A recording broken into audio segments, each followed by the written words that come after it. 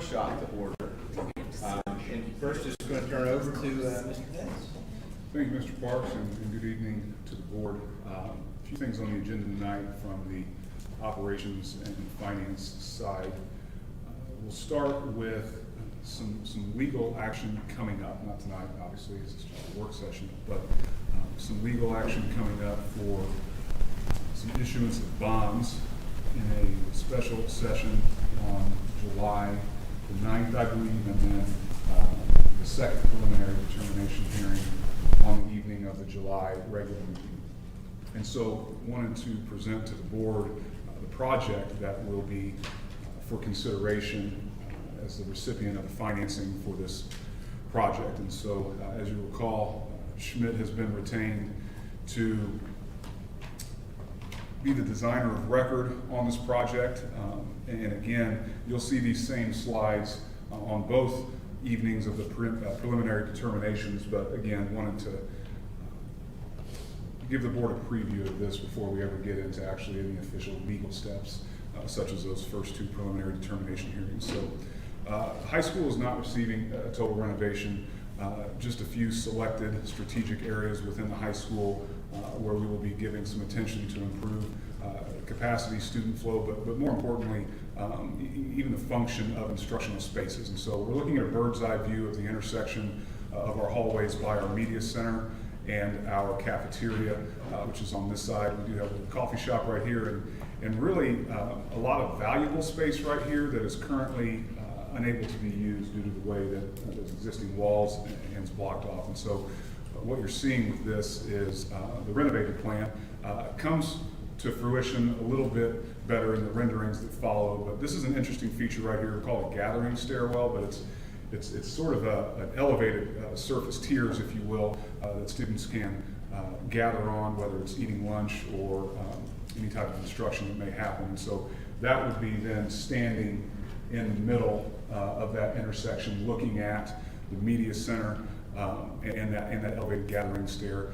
Media center will be strategically rethought. Media centers are being repurposed in schools now. They're not libraries anymore, and so some of that space is being reclaimed here. The next picture, you'll then pan to your left and look into the cafeteria. If you all have been there recently, this is a kind of a rounded bulkhead that Schmidt is proposing to flush as it creates more welcoming. Certainly there's a lot of architectural aesthetics that go into why lines are chosen as opposed to arcs and whatnot. But flooring gets an upgrade and some finishes in the cafeteria as well. That would be looking on the back side of the stairs. So if I go back to the original picture, you've got a gathering space right here. If we kind of walk down this hallway and orient ourselves right here looking back at the stairs, you see almost a stage where students could present works. There'll be AV there that they can broadcast or display, project anything that they've created. Students could also eat lunch here as well, and that was a big feature of this, is all these areas become available for student dining as well. And then lastly, now we're standing on the stage looking into the new media center. So we've got work at the intersection there of our media center and our cafeteria. That is work that's being concentrated in a student area in the high school. Off in the distance there, go back a couple slides. There. So as you're kind of off in the distance, you see floor to ceiling windows just past those pillars.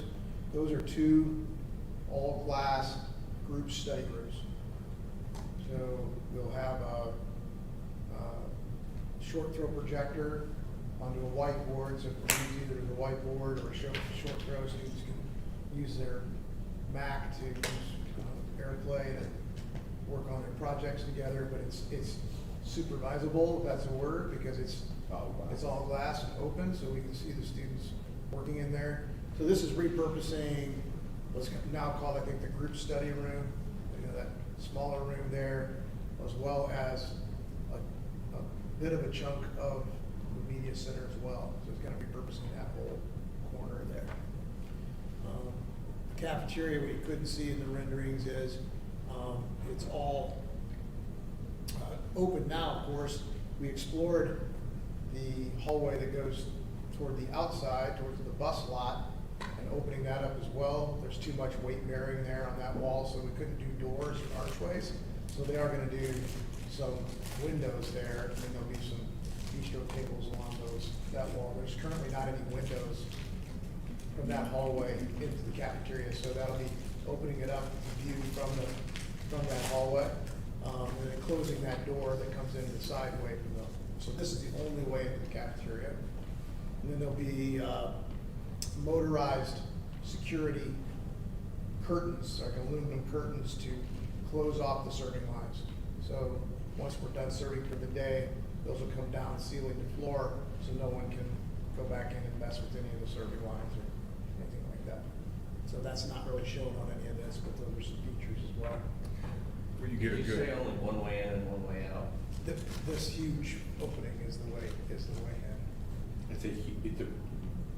Yeah, it's not small opening. No, It's no, it's one massive one ingress. massive opening. Yes, yes.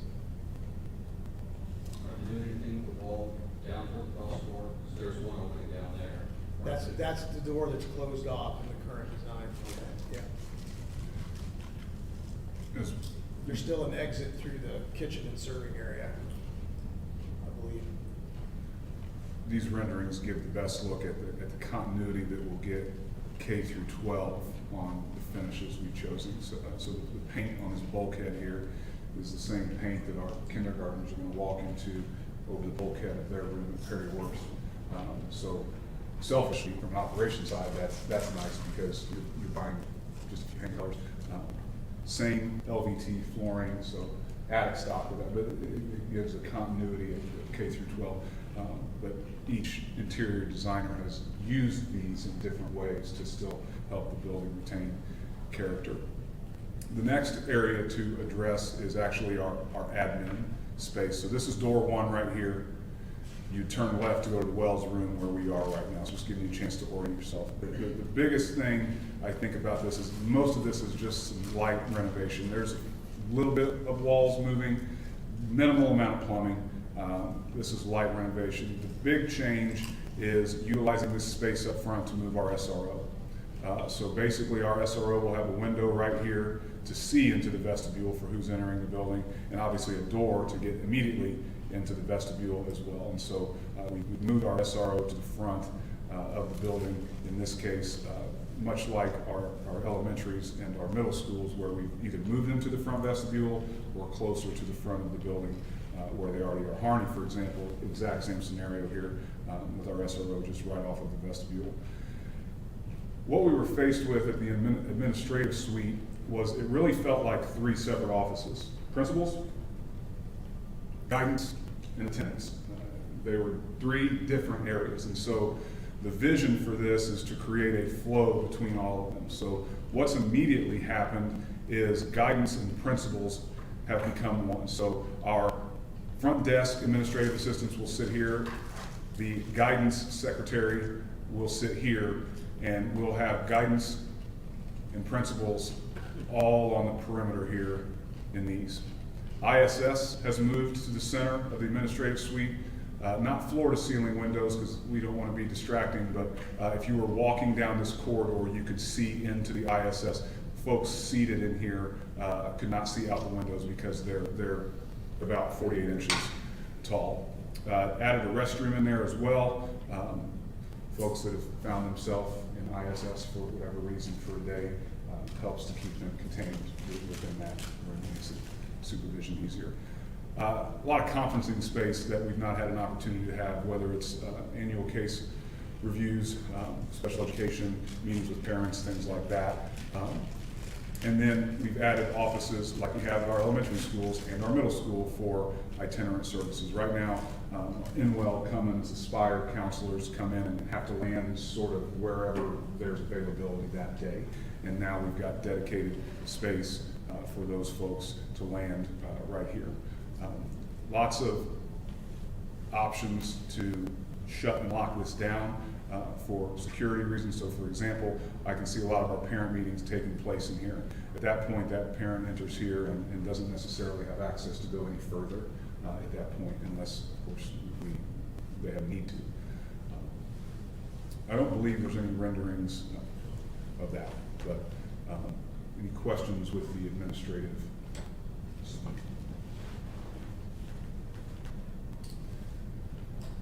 Next is a refresh of our locker rooms. Paint, fixtures are the big ones. The one area that's getting major renovation is our PE lockers. This gives us the ability to have, I believe, 110 lockers per side, boys and girls. So our PE students have a locker room to lend. We've got touches to the various varsity locker rooms elsewhere to refresh that, but really nothing major. Down this hallway here where we have all the conference champions and whatnot, obviously we're very proud of our heritage, but it's, well, we're running out of room, and it's occupying a lot of space on the wall. We'll be engaging with a company up in Tipton that digitizes those. And so there will be pilasters, which are columns that come out of the wall, and there'll be a flat screen TV on the wall. And you'll be able to choose, if you played on the 1977 conference champion basketball team, and they're on the wall right now, you'll be able to choose and filter, show your grandkids. You'll be able to get to that. And so that's a way to digitize these, memorialize these, but also clean it up a And bit. then show physical pictures for sectional champions, regional champions. We won't be devoid of pictures on the wall. It's just for that. Sure. So this is the auxiliary gym. This is Rosensteel, and so this is the big new addition. And so this is a locker room that will be utilized for officials. We've got a football locker room here with 90 lockers, coach's office here with direct supervision, changing room for the coaches, bathroom for the coaches, obviously showers and bathrooms for the players. On the other side, we've got the training facility, and then we've got a big meeting space here that will have a dividable partition, so we can turn that into 2 meeting spaces. Thinking team meetings, thinking film, and obviously any of our teams would have access to that as the season progresses from fall to winter to spring. So this is the home locker room, correct? This is the home locker room. Yep. Correct. Yep. Visitors will still be. It'll be over. Yep, yep. So this is the home locker room. Right out these doors takes you straight to the main entrance of the field. Go straight. So right now this is an awning. You're probably familiar with the way that looks right now. That awning comes down, and this addition goes in. This will be a neat little corridor for kids to come in at the end of school and come through. I could see this potentially being hospitality space. I know we have holiday tournaments for basketball, but that's, again, right off Rosensteel there. It gives us a lot of flexibility. Right now there's a spirit shop there that's generally unused. These bathrooms aren't even available for games right now. They will be. So we've got that capability. But gives us some much needed space for us to our sports to grow into. Finally, we've got a student activity center, and I'm going rendering first before plans, but basically. These are not the colors. Right, these are still obviously These are all rough. sketches. Freestanding building, connected with an awning. I see our PE classes using these, so if it's raining, we don't want our kids getting rained on as they go from the building to PE. But this is the oxygen right here. The door that some of you may have entered is kind of right there. This is basically just right outside, right here. This will be how we welcome people to track meets, football games, things like that. What that looks like from ground level is kind of a gate. I think our inspiration early on is if you recall, if you have been to the Indianapolis Zoo, kind of that gate where you go in. That's what we were looking for with this. This would be a neat little entrance vestibule right here. It actually has some angle to it. I think you can kind of see it a little bit here, but it's kind of going out at an angle, so it's a neat space. This is from a balcony that we've built up in there. So when our band or our color guard uses this, the band director or the color guard director will be able to look down on her or his student athletes. The floor rendering is not complete yet, but only court, I don't know why, I was about to call that court one, I don't know why. That will be wood. The rest of these will be if you're familiar with Mondo, it's a track surface. So as the color guard is throwing rifles and they drop, they dent wood.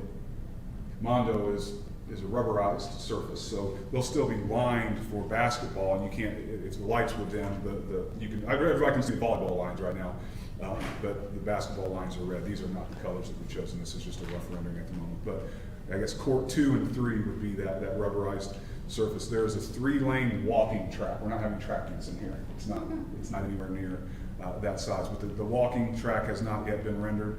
Since this rendering has been made, the decision has been made to, I believe, remove these bleachers to give us more unencumbered space to that walking track. But I can see freshman basketball games that we can now go varsity, JV, and freshman. I imagine JV and freshman starting at 6, varsity starting at 7:30. So you could have freshman, JV, varsity all in one night at the same time. There's a concession stand in here. Tennis can come inside for this, so tennis balls work well on this Mondo. We'll have sleeves to put the tennis net in, and we don't have the batting cages rendered, but 2 75-foot tunnels that will descend on court 2 with the net that's fine enough to hit golf balls into. So our golf team has access to this as well. So those 75-foot cages are obviously there for full pitching. You need 60 feet 6 inches to pitch, but they'll also be able to be divided in half to 4, where you could do some shorter hitting drills and things like that. So we're really maximizing reps that students get. Some of the things that you can't really see until we get to the drawings is some of the storage that we gain here. So right now we really have no good location or central location to store track supplies. This will be a big overhead door right here, and we'll be able to enter and put the long jump pit or the high jump pit will be able to be stored away in here. Really anything, PE supplies, things like that. You get a good look at the 3-lane walking track at this point. There's our gang restrooms that'll be there. There's our vestibule entrance, and this is a concession stand. So, should we have games in there, there would be a concession stand as well. Mechanical is in these locations here. But Where's that little balcony at? it's that dashed line right there. Okay. So you go inside, then you gotta go up the stairs, and then there's another door that comes up. Orientation-wise, is that going to be incorrect though for a band? No, that's fine. Not, doesn't need to be on the long side? No, it needs to be on the, it needs to be on the long side, that's correct. What, it's not, it's on the short side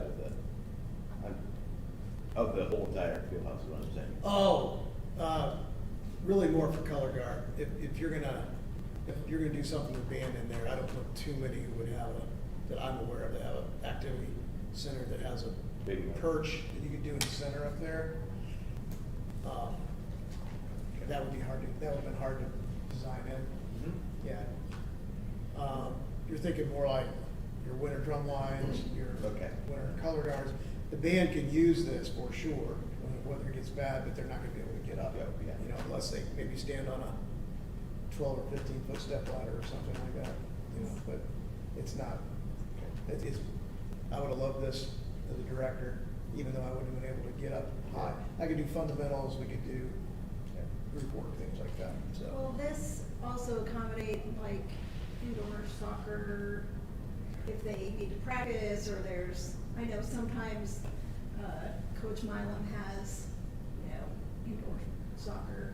I see this being a heavily sought after space and accommodating space for any activity, co-curricular or extracurricular wise, that we could possibly have. Any coach would find a way to get work done on a rainy day. Yeah, if you think about it, like in terms of the soccer version of the dry land work that the swimmers do, that they do on the deck of the pool, that sort of stuff. You could do drills, you could do, Yeah, I just didn't know if smaller the stuff. flooring It's would- not a full. The flooring was, What are people using the 3-lane walking tracks realistically for? I mean, is that something that PE. just, A lot. Yep. Okay. Another thing too, speed work. So as we work with kids on flying 20s, I don't want to commit to the fact that we can get a full 40-yard dash in here with enough decel. Right. Coach Hendricks, you may know how wide a basketball court is feet-wise. I can't recall. Yeah, Sorry. yeah, no, 84 by something. I Yeah, don't remember. no one, people only care about how far they got to run, not how Yeah. far they got to play defense. But I guarantee you there's 40 yards here. I just don't know if there's enough for a decent, but a lot of sprint work, for sure, can take place on that walking track. But certainly PE, Lot PE. yeah. Would we ever open it to the public for public walking? I think anything is on the table for public utilization of this, whether it's the rental of the basketball courts. I don't know how undesirable court 2 and court 3 will be, being the Mondo surface. I think young kids would have no problem playing basketball on that. I don't know if, high school age kids, I don't know how unaccommodating not having a hardwood floor is. But certainly I think that this is a space that is probably desirable in the community, and certainly willing to listen to how it may want to be used. I do want to say, as well, though, that a little hesitant to almost rent this out for a tournament because they want to guarantee that they're going to be able to use it. If we get a rainy day one day, I don't want our students to not have a facility to access because we've promised a tournament, 3 basketball courts or 1 basketball court. So certainly open to community access to this 100%. But I was thinking like Special Olympics or Mhm. things like Mhm. that, because I know they usually have to go to Indy for that. Mhm. So, yeah, absolutely. I've spoken to previous principal about, we have a version of it, but you see a lot of unified sports is very popular in the area with students with special needs along those lines. And so there's indoor activities, outdoor activities as part of that. So those are things that we kind of need to see us get involved in. Typically it's with your students. Sometimes you combine school districts into one team, as well. So you certainly see that kind of a outreach with our community for sure. Last one, give us a bird's eye of the site. So we have a direct bird's eye looking down now, but just to give an idea of how this integrates with the track and field and football stadium. Have some real opportunities for some outdoor classroom space. That this is not the final plan. We're still working out what to do with this. That's But- awesome. That's but- the area for. Yes, yeah. So. I kind of wanted to, I was telling Mr. Dennis today, I'd kind of like to explore how we can make it a multi-use as well. So, we're gonna have weekend activities, so there's gonna be teams that wanna meet there during those, tournaments that we hold, or activities, or parents out there eating lunch in between games and things like that. So we spent a little bit of time in our room by room with Schmidt. By the way, you like your timeout back there. Come up here. But we spent quite a bit of time talking about that in our room by room, about how to orient that a little bit, get a little creative with it. So What we're talking about, what class was it? The class 70. 1970. 1970 has pulled together a lot of money for an outdoor classroom. They're trying to figure out where to put it. They had a design that was it was not in a conducive place where it would remain for long term. So So we talked about trying to take advantage of us being on site, doing this work now, and integrating with them, and it's really cool that the alumni is giving back. And so we're trying to integrate that in a classy and functional way, right?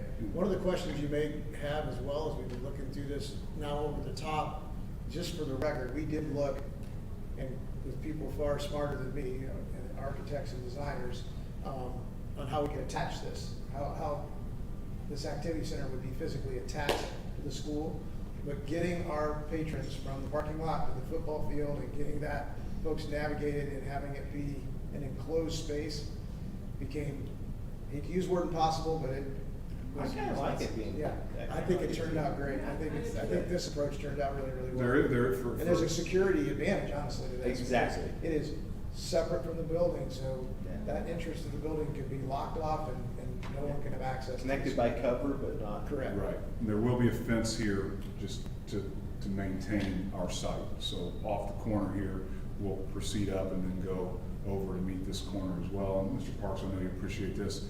From a topography sense, we've gotten some real opportunities here, as from this point here to this point here, it's a 4-foot drop. So we've got some opportunity with that outdoor classroom, you can create levels. And then another item that's related to civil engineering that I've never heard before, in terms of collecting the drainage of the site, talking a bioswale. I guess that Cleans requires it, less, it yes. cleans it as exactly. well, yeah. So talking about a bioswale right about here for We that. have to explain to people why, in some folks' minds, we have weeds growing there because Yes. it's grasses. Native grasses look like weeds, yeah, native plantings They in have a Indiana function. are weeds. They'll have a function. but- You can plant native We, pollinators too. we that actually make tried that. flowers. Indianapolis Avenue actually had those built in Mhm. all along that where the roundabouts are, and they got covered up, they got mowed, so they're not bioswale. I think when it's outlined by one and Yeah, it it looks looks- purposely it placed. does look It very looks nice. fine, yeah, it looks fine. So that's my last slide on the high school. That's the big project, but there is a smaller project associated with financing. But before leaving the high school, any final questions or comments? Should we be circling back up with class in 70 yet? Yeah, not until we get a little bit more detail from Schmidt, 'cause the way we left it, it was simple, it was this, and we kind of played with the orientation of it in our meeting and Just to make her They're still at least working know on that Sure. we're being. we don't have a picture we're ready to show yet Okay. to them. Yeah, that's Yeah, good. yeah. So with that, Project 2 goes to our existing Central Elementary. So as we know, after next school year, Central Elementary is moving to Central Elementary. This building then, the question is what to do with it, and we see it as a dual purpose. On one side, school-associated pre-K program, sort of like the YSPP program that we have at a few locations currently. Stokes and Perryworth namely, all come to Central. And then on the other side, as we now have filled every office in our administrative suite and really space is becoming an issue at Central Office, using the other approximately 35% of Central for Central Office. So overview of the site, again, Mr. Parks, I hate to continue to pick on you, but you understand floodways and floodplains. Prairie Creek floods. Yes, big one. So the floodway is this line, floodplain is this line. There are different, I've learned a lot about floodways and floodplains, but there are different restrictions to both. Yes. We had not ever imagined that with our current parking lot at Central that it could be reconfigured to go from 53 to 80. With that being said, I think the parking on this side, which I'm seeing is parking for Central Office, I think we can shave off this part. You can see how Schmitz intentionally stayed out of the floodway with this. I think we can shave this off. We've got 23 spots just right here. There are currently 15 Central Office employees that drive themselves every day. It gives us room to grow, but this gives us, with this, we have to, since Lebanon has their own flood management, it's a 1-to-1 instead of a 3-to-1 compensation. Yes, that was gonna go kind of right here. Storage, yes. For our littles playing right here, this would never be a pond, ever. Never be water, it's water in, water out. This is gonna go right down to Prairie Creek. But even the day after a hard rain, it would be soft, and I don't want kiddos going home with muddy shoes. And so if we stuck with this, the picture we saw was really that storage area, and storage is wrong, compensation area is right here. By shaving this off, we can move more of that to the north, and we can leave a dry spot in the grass for those kiddos, which is kind of what we want. So with the 80 spots here, you'll see why we wanted to increase that parking. You're really sitting in one of 3 rooms in the district that we can have a large meeting in. Furthermore, if we want to have a meeting such as this during school hours, it has to jive with the high school's schedule. You know, are they using these for AP testing? Are they using them for whatever? The media center at Central becomes that space. And so really the desire was to accommodate a meeting, preschool employees, and Central Office employees all at the same time, is to have that space. And so this media center at Central converting into that meeting space was huge. What you're seeing here in lime green is pre-K. Pre-K retains the cafeteria. Pre-K retains the gym. They retain the kindergarten and first grade rooms, which obviously we're going to put preschoolers there. makes sense to put pre-K there as well. A little bit of a refreshment to main office, 2 more rooms over here, and then OT and PT over here. Planning for developmental preschool to be able to land here if need be. And we'll talk a little bit about why it's not right now. It's planned for the new central elementary rooms we're planning for. Those could easily be converted into kindergarten rooms. So as the district grows, a lever that we could pull is DPK could move from central to here, giving us rooms at central without any more additions or anything like that. So these are the levers we're looking at planning for the future. These would be our DPK rooms. These bathrooms being converted into ADA bathrooms for our younger students with special needs. So we have that capability to move DPK, developmental preschool, in with the preschool really at any point. The blue would be the admin side. You can see a little bit of how this breaks down. It's laid out in suites. So business, superintendent, communication, curriculum assessment. There's that big meeting room. There's our bathrooms, ops technology down here. This allows food service. Right now, food service is in a spare room in this building. Food service is really a central office position, but it has to be high school. Mr. Salzman, director of, I'm losing right now. Chad's title. Exceptional learning. Director of Exceptional Learning, apologize. That's a district position. He's in a closet at the middle school right now. So this brings kind of all the central office, central employees to one spot. And so one rendering I have with this is where folks will walk into. And that is, by the way, door 1 for us is right there. How do they get so many more spaces out of that parking lot? They just shrink the spaces down? That's not shrinking, and this is where we need a civil engineer to explain that. They just relay it out? They relayed it out. And the term was, we actually met about this. Right issue. now, that, to the west, cars they're using that as a wing out. That's what it is. Is that little playground going away too? This one here? No, the little one there right there by where it says preschool entry? There's a little. Oh, no, that's not being touched. Okay, I didn't know if that was what. No, that's not being touched. The main playground, though, Yeah. will be going away. Now, there'll still be drop off, but because you're talking about 6 classrooms and 15 kids or something. Yeah, no, I thought maybe that's why they expanded. Yeah, that's why. That was like a private Yeah. little playground over there. I'll get an answer, though, before Yeah. the first 10/28 hearing. Seems like they Is might that, have pushed that out. they may I think they have. might That may be pushed out. They might have pushed To the it out. west? Yes. Yeah, We might have right gained that road road. right there, Yeah. that's a Yeah, road. that may be it. But like I said, there's the rendering, so. So last thing, and I showed you this in March, but I want to go back to it today. Having a little airplay trouble here. I just mainly want to review the 3 deals, bond deals in 2024 this year. Just another chance to remind. Balance of our 2022 referendum issued 70 par on that. We've got roughly another 30 million to go. That will be late summer. We'll look at that. Our middle school transportation authorization, we issued 17.2 million to get us going last year. If you've been to the middle school, there's been probably about 40 triaxles worth of stone delivered there. They're getting going. And so cash flow, in order to continue with that, cash flow is important, and so 55 million of that. There will be a third authorization though, so we'll be talking about this in 2025 as well. Probably the balance, probably only 3, but the second series of the 2023 authorization will happen this year, and then the proposed projects that I talked about this evening, the first legal step of that happening on July 9th. So the plan, the proposal, is definitely these 2 deals that we have authorization for, and then we have to go through the legal steps for these. Probably the exact same strategy with the 2024s as the 2023s. A small little chunk of the 65 early on, and then cash flow next year. You know, there's a time where you do these deals all at once. Interest rates were so low that it didn't matter. You do it all at once.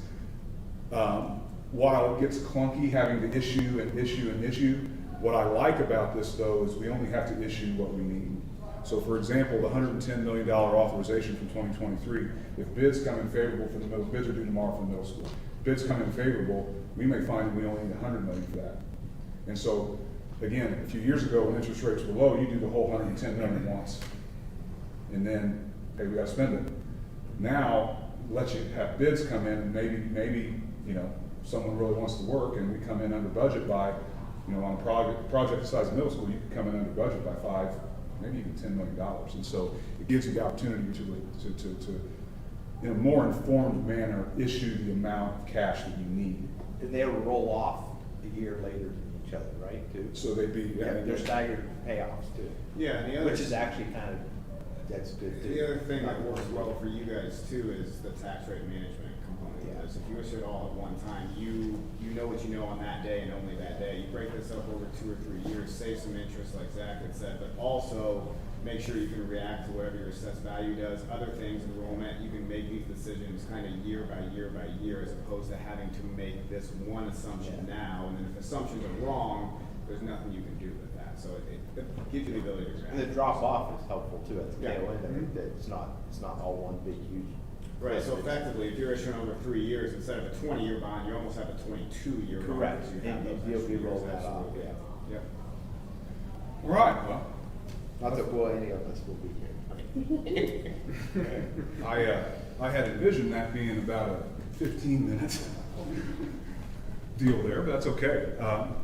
But if we don't mind, I want to kind of hop right into the next item. And really, just an informative, I think this will be an informative presentation for the board. So, pressures to the operations fund that I want to share with you all that are, I believe, on the horizon. Now, pressures meaning, you know, either revenue or expenditures. That's one of two things.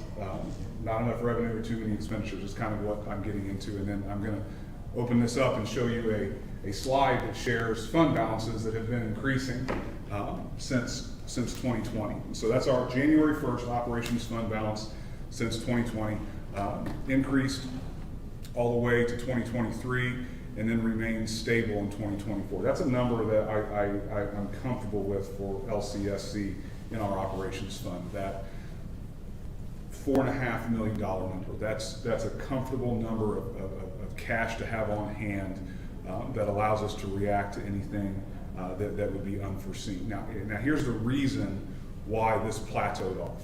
As you'll recall, Education Fund came about in 2019, and they gave schools the ability to transfer education dollars to the operations fund because there were items in what was known as the general fund that are no longer paid for in the education fund, and they moved to the operations fund.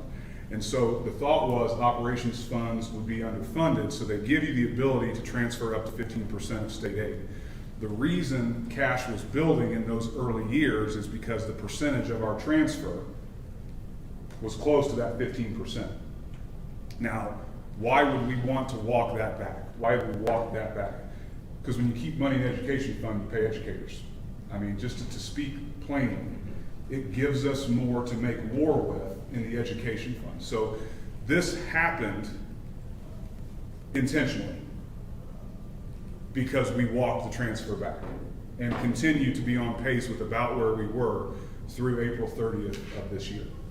Again, we could make that bar go up if we transferred more from ed, but our vision is to pay people that affect our students every day. And that's why we've walked that percentage back. And that worked with information that we had at the time that we made these decisions. Since then, more information legislatively and just in the community has come to light. So, legislatively, there was a time when schools could grow their operations fund levy based on what was going on in their community. So the maximum levy growth quotient is a factor that is put in place to control the growth of the operations fund. Schools can't just say, we need $4 more million this year in the operations fund. You're not allowed to do that, okay? The MLGQ controls how much it can grow. Second bullet point, this is more of like if you're ever on Jeopardy, but technically it's calculated non-farm rolling average personal income, yada, yada, yada. okay? There was a mechanism in place for schools whose growth in their community was outpacing the average growth in the state.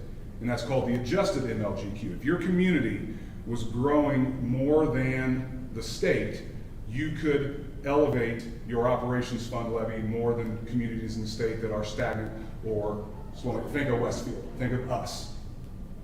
Areas that are booming. So I'll show you what ours is, but I want to show you, by booming, this is what I mean. This is what our assessed value has done. There's 2 bars per year, remember, because we have 2 different funds. We've got referendum funds, which are the gold bars, and we've got non-referendum funds, operations and debt service, which are the black bars. So on the left y-axis, you've got our AV in billions of dollars. On the right y-axis, in the gray line, you see how much our AV has grown every year on the non-exempt side for operations and for debt service. Now, you see this massive drop-off right here.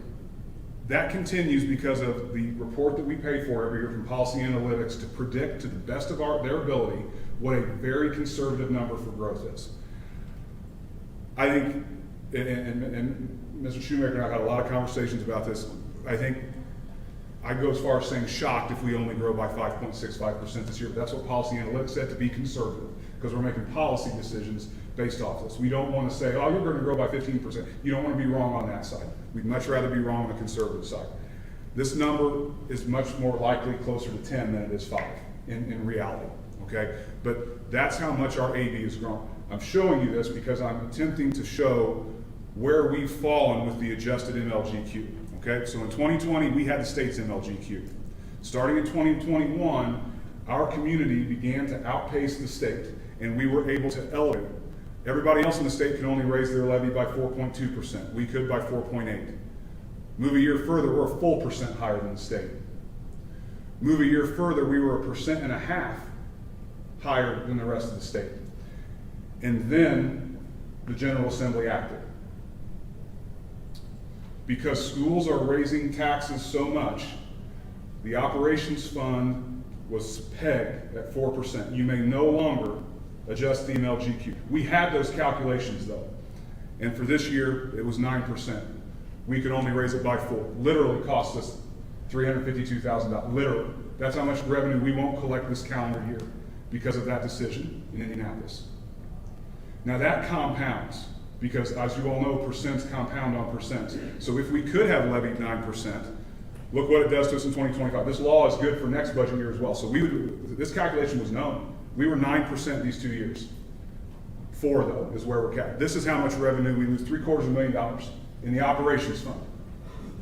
This is all in the operations fund, where we pay bus drivers, custodians, fuel, salaries for, it's our insurance, okay?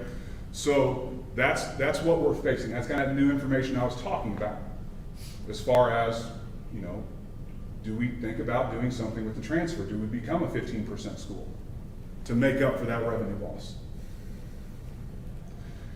So, new information on our side that we control, policy decisions that we've made, or some that we haven't. We obviously welcome all the new students we have received, but this means we have to employ more bus drivers. We have to have more buses on routes. That's more fuel, that's more maintenance, and the more buses you've got driving, the higher your insurance is to insure those buses. We've added an assistant director of transportation because our director of transportation for the last 13 years has worked 180 12-hour days. She's there at 6 a.m., she leaves at 6 p.m. So we felt that it was important to add an assistant director, both for succession, as people leave. We had an assistant director that has worked with us, but also, as you all know, that position came from the high school as a school person, a former assistant principal who can then help our drivers understand student behaviors and really give Becky a lot more support to handle stop arm violations. Michael handles that. But again, his value as a former assistant principal and the way schools work are huge in that position. Sometimes we don't get a choice on software. The software that we use for transportation, we've used it for a long time, and Tyler Technologies says that this far you've come, but no further. We're no longer supporting that. We've got a new and improved one. And the new and improved has been here for a few years, and we said, no, no. And they said, okay, but there's gonna come a time when Versatrans is no longer supported. And so Traversa is a $70,000 one-time expense. I don't know how much it will be increased annually, though. I'm sure it will be more expensive on an annual subscription basis. What's this do? What's that? Routing software. It's routing Routing software. software. It's routing software. Okay, but next, that $70,000 is gonna be in the budget for operations next year. It's already plugged in, we've gotta spend that money. Right-sizing central office. We could add a long time to this meeting tonight to talk about all the things that Connie has found and helped us to correct with the way that we handle human resources. But as you all know, we did not have a human resources position in this district until about 4 months ago. And so that's a decision that we made. We felt that that was beneficial for us and for our employees to have an HR person that they could go to and talk to when they need FMLA, when they need to understand how maternity leave works, when they need to understand how the benefits work. We did not have an HR person. Furthermore, 2 additional facilities. We will have 200,000 more square feet under roof next year. That's utilities. More importantly, that's property and casualty insurance. Already if we did nothing, property and casualty insurance is skyrocketing in this country. If we did nothing, no new square foot under roof, we would have a higher property and casualty insurance premium next year. But with an additional 2 buildings, that goes up. That's pressure on the operations fund. And then last but not least, utilities, specifically electric utilities, okay? It's been 13 years since Lebanon Utilities has had a rate increase. The average is 4. Electric utilities change rates, I'll say increase rates, every 4 years. Lebanon Utilities has been 13 years. To think that that's not coming soon. Well, they just sent us all a letter that they're trying to drop out of the IURC as well, so that Okay. they don't have to be. In the regulatory commission in that regard. Now, Mr. McKinney will be able to talk about what that technically means as far as, I'm sure there's still checks and balances. They can't just raise rates on a whim, I would hope, but certainly we had heard that as well. I bring up electric utility costs. This will be the first time the board has seen this. This is our utility spend, the 4 major ones: electric, gas, water, and trash. Relatively stable in everything. Now, I will tell you the trash is a little bit misleading in these. You think, oh my gosh, we've doubled. COVID, we're not producing trash when kids weren't here, so that's misleading. Those should have been higher, those COVID years. But as you recall, I think a lot of folks were having trouble with the trash service that they had. I think some communities are experiencing that as well. We made the choice as a school board to go to a different trash provider priority. It was going to be more expensive. We knew it was going to be more expensive, but we also were going to get our dumpsters emptied, and that relationship has been nothing but fantastic. I think what really sticks out here is the electric utility. If you follow along this line, when I was budgeting for 2023, this is the data I had. I had no reason to think that in the middle 550s is where we'd be. Had a meeting with Lebanon Utilities. And what happened? About August last year, we were out of appropriation in terms of what I had budgeted for electric utilities. Now, luckily, we had enough appropriation elsewhere in the operations fund that we didn't have to do an additional appropriation hearing. But nonetheless, what was appropriated in the electric accounts by August of last year in most buildings was up. So we had a meeting. And what we learned was Lebanon Utilities upgraded their metering software, where they discovered that since the inception of Lebanon Utilities, our buildings were not being billed at the correct rate. They weren't being billed at the correct commercial rate. And so they changed the rate to that, and that's the result of that. So I truly do believe that these and every year before this was artificially low, and this is where it always probably should have been. But nonetheless, that's something we can't control. Got to You get change. charged commercial rate? What's that? You get charged commercial rate? Their lawyer does not believe that we can be charged, what do they call it? A municipal rate. Why not?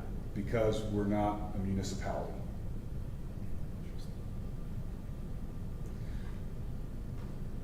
We're not giving up right away then.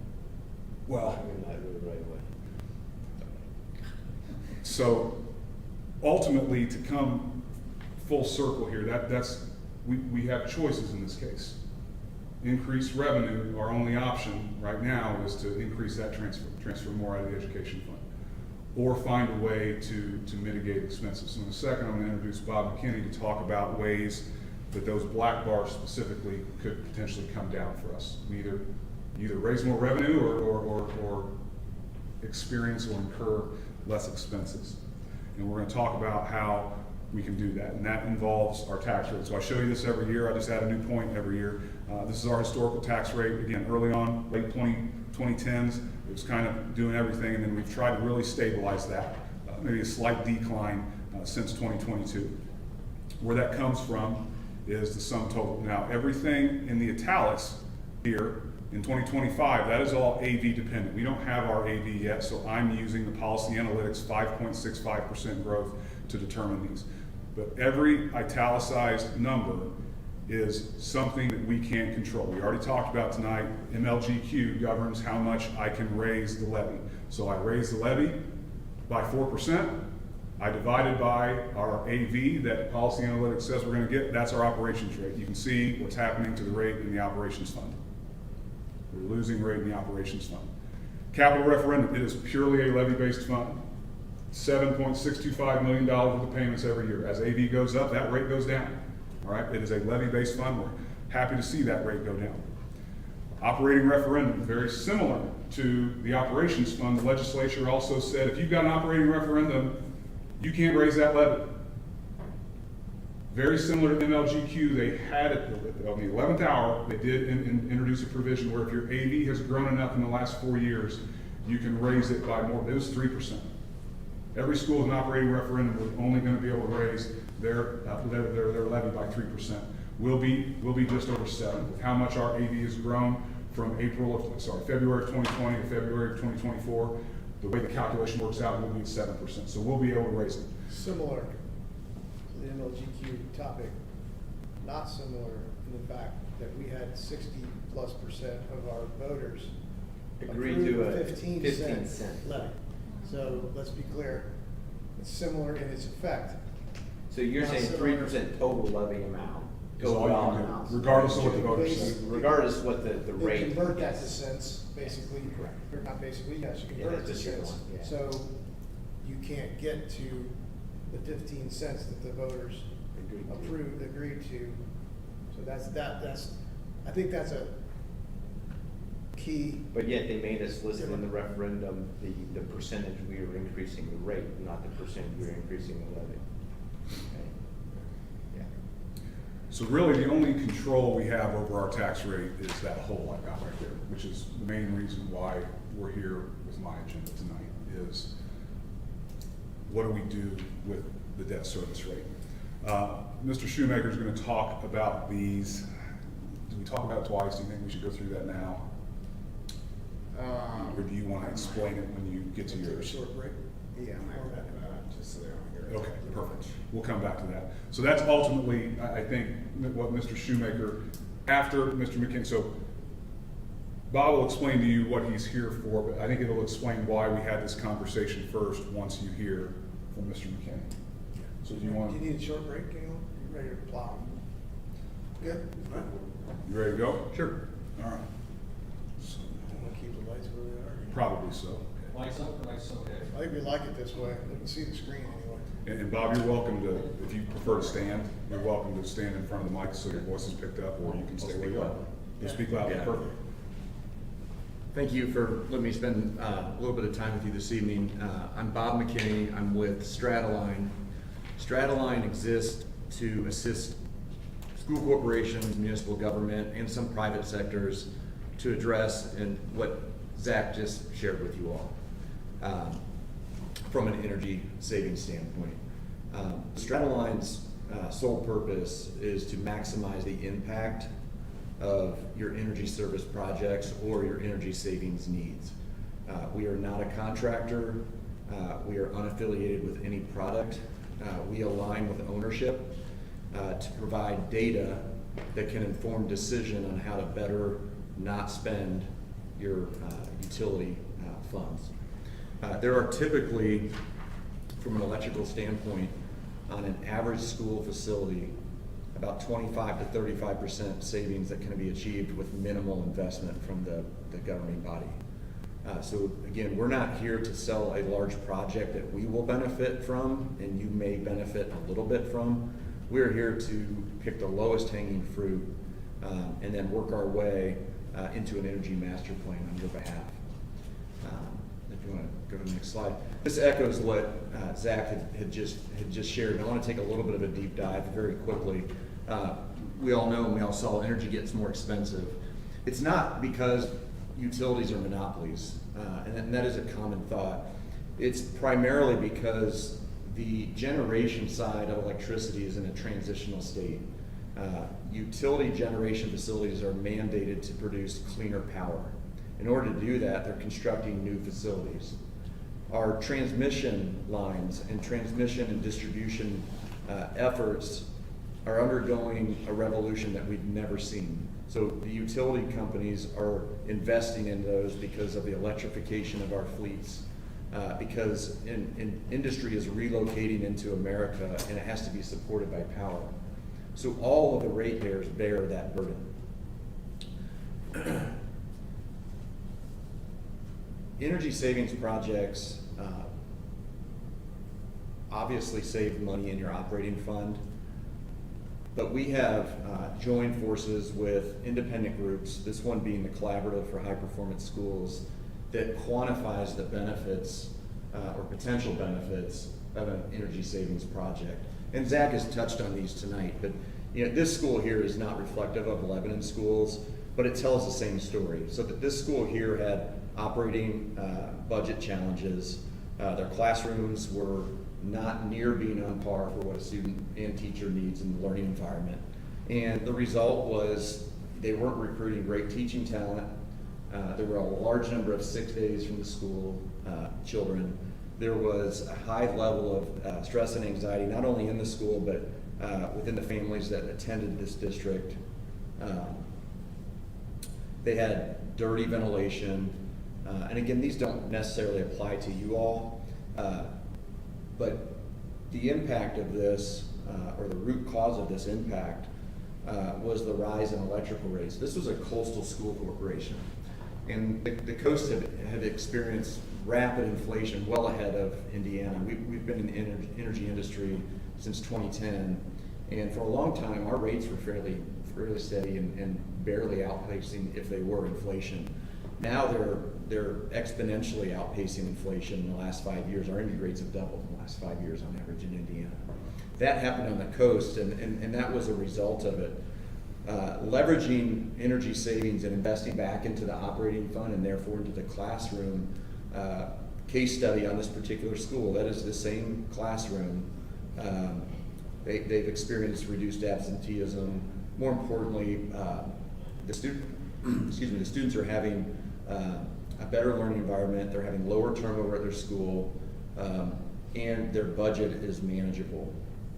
So an extreme example, again, your classroom situation isn't the same, but your budget is being severely impacted by your utility costs.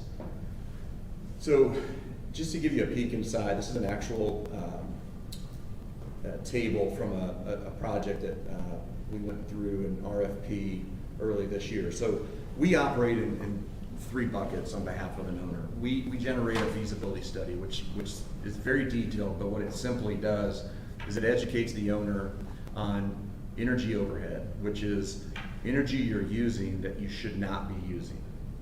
It also does another thing. It informs us how effectively we're utilizing the energy that we need to use. Its impact on your grid efficiency is where your utility cost hits you. So we want to understand those 2 things, and with that information, we create energy conservation measures. And we've engineered. Obviously, it's a desktop engineering. Zach and his team provided us with your energy expenses.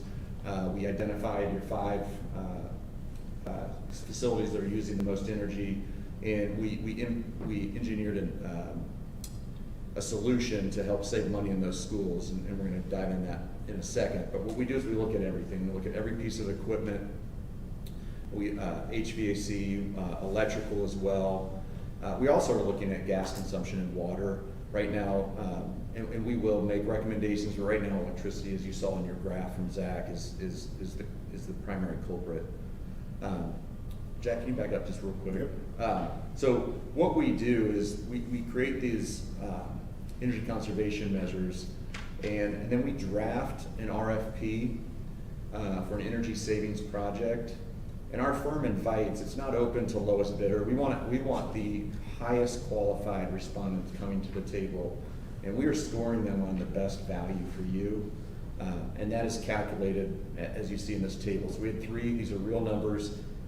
Folks come to the table. We created the guardrails, as we call them. So the base ECM pricing, breakout pricing, and I want to speak to that in just a second, the alternate pricing, and then we work with the respondents on, tax credits, grants, utility rebates can play a very large role in a project, and they often go overlooked in most projects. We want to make sure you get every dollar you can to reduce the cost. So in the case of this project, the best value cost was $6 million. Not always does the low cost win. Sometimes a little higher investment will yield a better return. In this case, it was the lower cost that generated the highest value. So they're going to spend $6.1 million before grants and incentives. Those incentives typically take about a year to come in, so they'll spend about $5 million to save $13.2 million, or a net $8.2 million over a 20-year period. The reason we break out the M&V, which is monitoring and verification, and operations and maintenance, we think it's advisable to pre-fund those within a budget. They're often overlooked costs, and we believe without both the monitoring and verification and operations and maintenance, the investments you've made will not last for the life cycle of the asset. This ensures that. Another insurance policy that would come in a project like this is we require the contractors to guarantee their savings with measurable methods, not with stipulated methods, and we're going to talk about that briefly in a second, and back that up not only with their balance sheet but with bonds in the event they went out of business.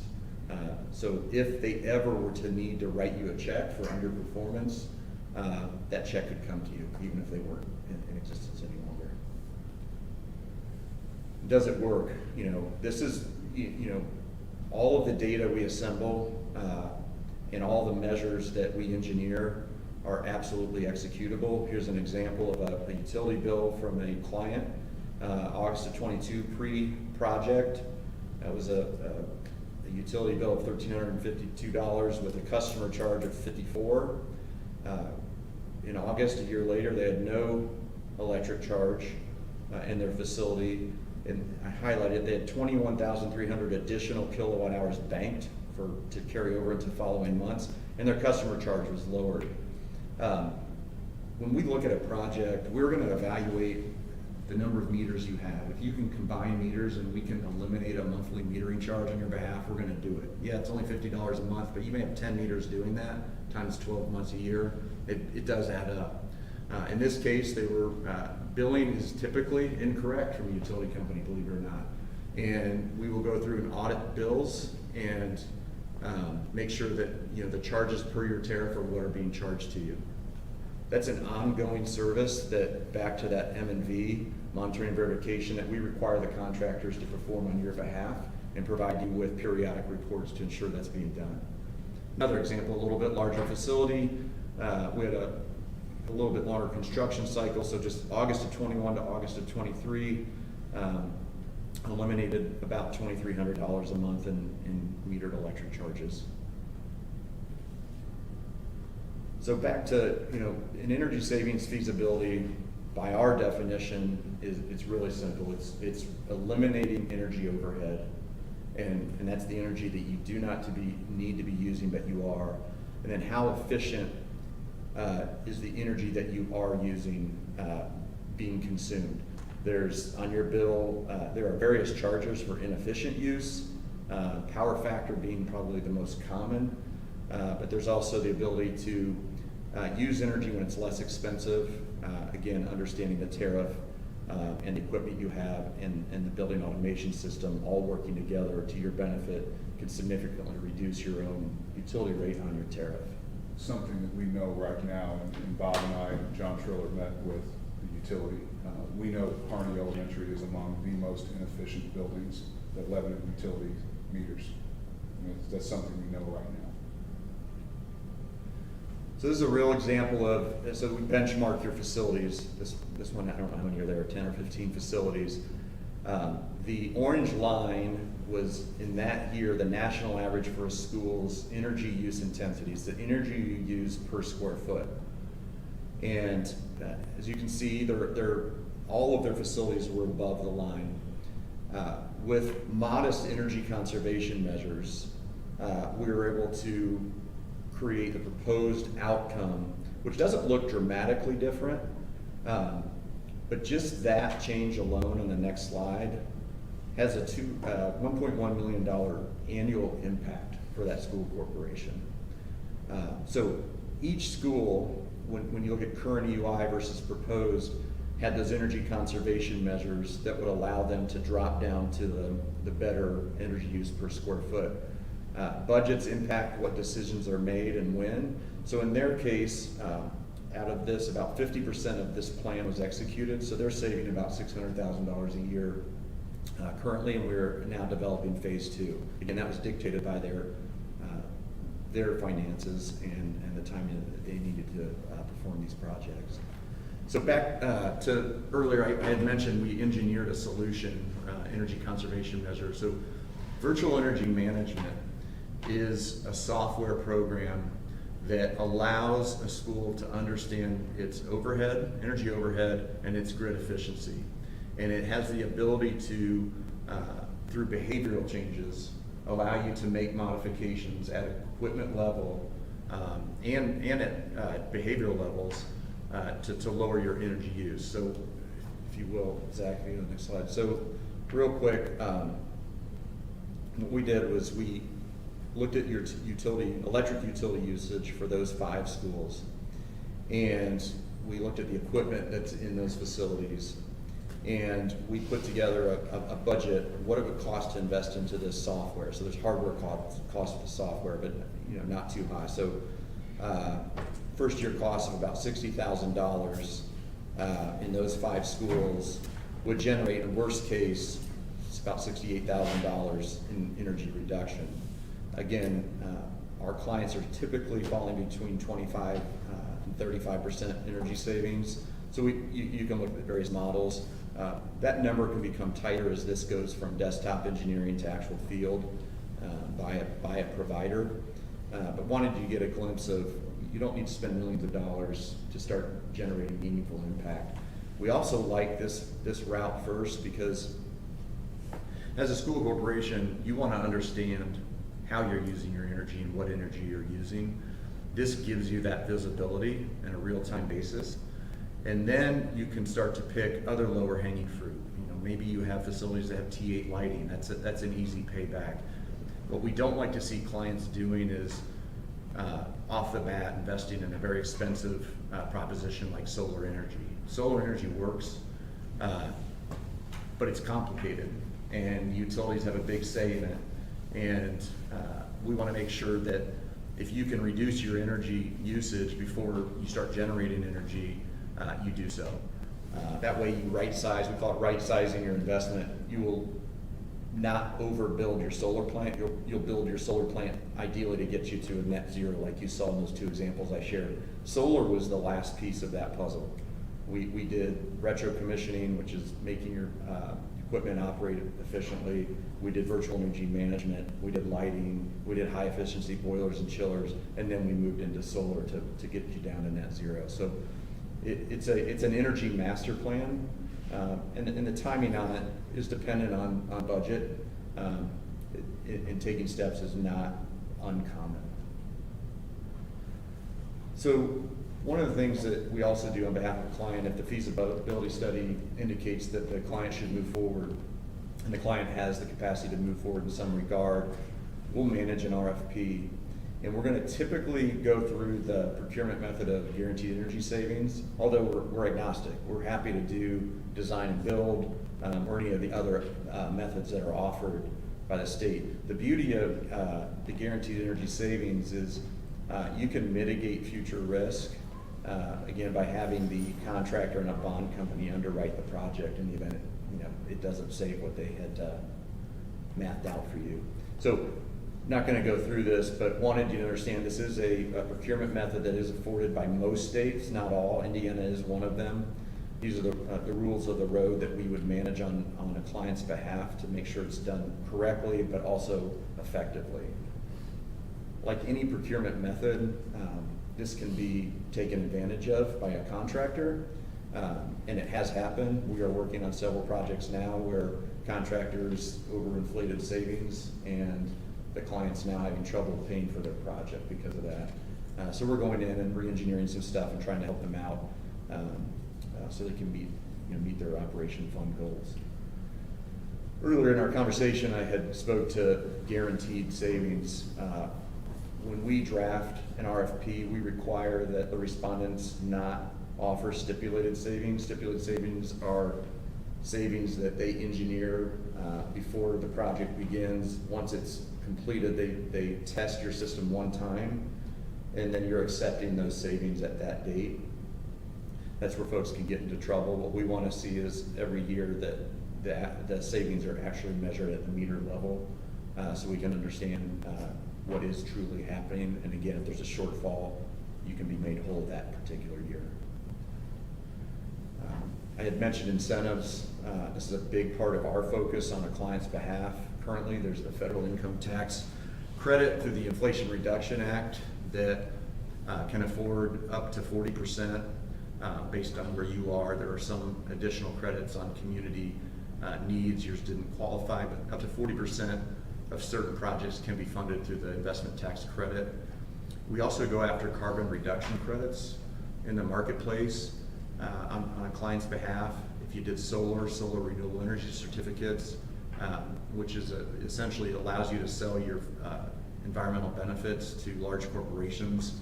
There's a brokerage for that. You don't need to work directly with those corporations. We help clients set that up and monitor it.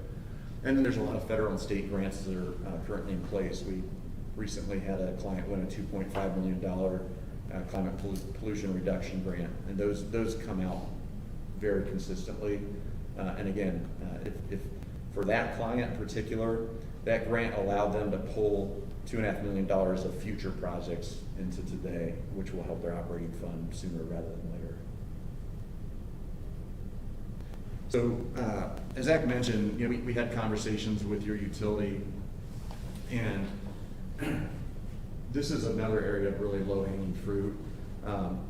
We do think some of your facilities are really close to being what they would call low load users. Currently, all of your facilities are on their new commercial high load rate.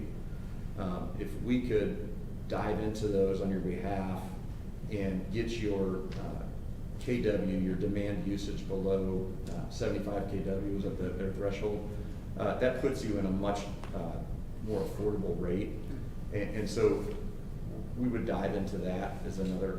Sometimes there's zero cost in doing that. It's just a function of time, how you start up large equipment and keeping your load profile below that 75 kW. We also,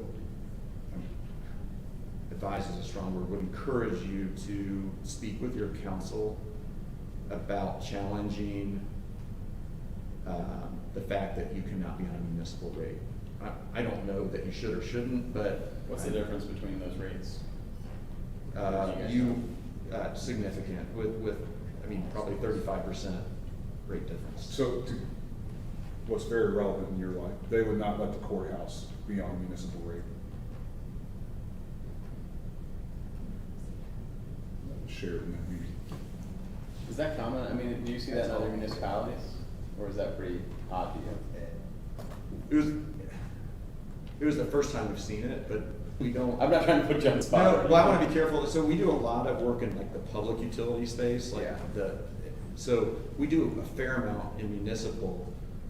That just has never come up. It did strike me, personally, it struck me as I mean, Zach and I were both in the meeting thinking, I'm curious why we couldn't at least have a conversation about shifting to the municipal rate. I mean, maybe since the courthouse isn't, the answer is gonna be a definitive no, but it seems logical. This is this is a community asset. I understand there's other forms of funding that come into a school corporation, and they may make that argument, but for them to essentially, when you saw that jump from $550,000 to almost $1 million, that's not because you guys used more energy. Like, that was solely because of a rate change. And that wasn't communicated to the school corp. There's a lot of grounds for maybe like, guys, you gotta help us out here and at least phase this thing in. That's not the council, that's the utility board, right? That discovered the rate change. No, they're, utility board's ultimate decision maker, not the council. The lawyer, you mean? No, I mean, the utility board is the authority, not the council, not the city No. council. Oh, yeah, yes, I'm Yes. sorry. When you said council, I kept thinking. Yeah. Attorney, sorry. And then last, yeah, you're correct, we've heard the same, the Lebanon Utilities would like to separate from the Indiana Utility Regulatory Commission. I don't think that's so they can have carte blanche on how they charge their clients, because there still is regulatory oversight there. I think primarily, the driver behind that for them is, if they want to raise the rate on what they charge for a bounce check, they have to go in front of the IURC and spend $25,000. I think there's also growth, their ability to grow and pick up weed is a large driver. Okay. How long have we, sorry, I'm stuck on this. Have we always been on this corporate rate? Or is that something that was a recent change as well when? Changed January 1st, 2023. Okay. 2023. That's why the black bar. Yeah.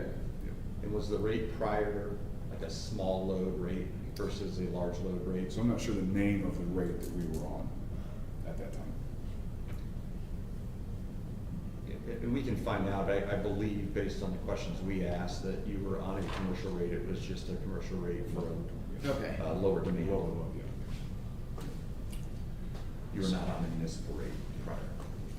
So, obviously, we're bringing Bob here to talk about this tonight, and you see what Bob does. There's a few things. One, his proposal for the feasibility study is in your background notes today. Obviously, it's a working session, not asking to take action. I'll bring that to the June meeting to release Bob on this feasibility Can I study. ask some questions about that? Please. Okay. You talked about our five top buildings. 3 of them are being renovated significantly.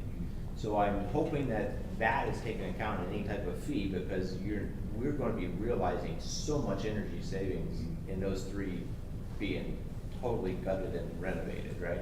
I know Stokes isn't gonna be, I know the high school isn't gonna be, but those other 3 are totally we're investing hundreds of millions of dollars into them. Different mechanical. Different new mechanical, different systems, lighting, yeah. different Yeah. I mean, everything, they're going to come down anyway. So that's where I get concerned when I see fees develop based on that, when it's not the buildings that they're gonna be next year. So I would be concerned with that. The other question I have is, how do you separate yourself from, say, an Amoresco? Yeah, so Very similar type of- Amoresco, Performance Services, Honeywell, Johnson Controls, all are guaranteed energy savings contractors. They respond to the RFPs we put together. Okay, they're the contractors, you're the. We're an energy engineer. So they have energy engineers. I owned a guaranteed energy savings contractor, sold it in 2018. Started Stratalign because I saw an opportunity where there is a significant amount of trust placed in a guaranteed energy savings contractor. And most of them do the right thing, but inherently they're motivated to sell a project. I get it, I mean, and those projects do save money. But I always was curious, how does an owner really know what's going on and what they are getting? And so that's why we were born. And so we're providing you the data to build an RFP and invite good folks in to respond, and then grading those responses, and then most importantly, once that project's completed, making sure it's performing for its life cycle. So Amoresco has responded to quite a few of our projects. Well, I know the county, I feel, the county has been screwed by guaranteed energy savings stuff. I used to be over it for a short time, about 18 months, was over all the facilities of the county. And there was, I mean, we were spending more on the equipment that was put in and failing on the maintenance of the equipment than we were saving on any type of energy constantly. And I never felt there was a way of actually proving the guaranteed energies. It was just, okay, yeah, we have to trust it. So that's what, that makes a little bit more sense, your role versus, you know, what we had there. Bob, do you want to speak to your approach on how you would approach a feasibility study with data from buildings that are being renovated and will be done being renovated this time next year? Yeah, absolutely. So, yeah, if there's, to speak to your question and your concern, if when we sit down with a client and their maintenance and operations staff, and a lot of the initial phase is intel gathering. If we learn you're retrofitting a building, it may not need to be part of a study, or it's a high level, just, hey, here's where you are, here's where you're gonna be based on what you're doing. But I'll tell you, Valparaiso Community Schools is a client. They had just finished a $100 million referendum, and last project completed in 2022. And when we did our feasibility study, two of their facilities weren't what's called retro commission. So you put in this new mechanical equipment, right? Very energy efficient. They have building automation systems, and there was no communication between those systems, so they were running extremely energy inefficient. One of the worst performing buildings on that graph I showed you had brand new everything.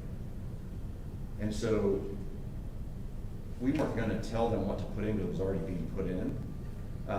What we did is through retro commissioning, which our engineers are crawling through the building, they noticed, hey, the gas use doesn't make sense. That outside air damper was programmed to be open in the middle of winter, pulling in all this cold air that they now have to heat, right? So we would look at that on your behalf, but again, we're not gonna engineer a solution because it's been done.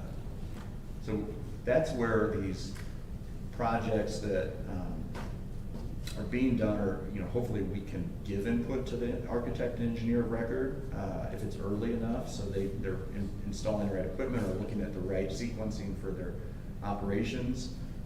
If that's already been done, we certainly would love to give a retro commissioning guidance to the mechanical contractor that's turning your system over to you so it's operating efficiently, because that's typically not in a scope on a project like that. And that's not gonna cost you any more. I mean, we're out here, we're gonna do that because we want you to get a win. Other questions for Bob? The feasibility report is a $25,000 one-time fee, is that right? Is that how I'm reading that? I didn't look at that number, that didn't realize it's, okay. Does that include any comparison to other municipalities and similar that you work with or anything like that? In terms of their usage and things like that, of that nature? Yeah, we have, I mean, any data you want, so yes is the short answer. Because I guess I'm curious is if this is something where, our usage is gonna be similar to what other municipalities who, are existing the same way as us, if we're just really getting hammered by a rate change right now, if that's ultimately what this comes down to, and I'm not saying that you don't offer a service that we could benefit from, but also there's a question of, are we putting this towards a legal, action versus, I'm an attorney, so that's where I go with this. But, that's just ultimately kind of what I'm curious about is, spending money in the right place on something like this. Yeah, I would say with regards to the municipality, we're gonna give you, first we're gonna look at your efficiency. How is a building running? And then we're also gonna let you know, like, what is your current rate versus rates of other Indiana schools? We're gonna provide, public utility rates, what that graph I had showed early on, those rate increases are within the last 12 months. As Zach pointed out, you guys haven't had one in quite a long time. Every utility that we're engaged with, where we're doing a study, if they haven't had a rate increase in the last 2 years, they've announced they have one coming. And they're double-digit rate increases across the board. Yeah, I would, the question in the study is, and we try to do enough work ahead of time before we would engage with you guys, is if you aren't gonna significantly save money based on the data you see in the report, I wouldn't do it.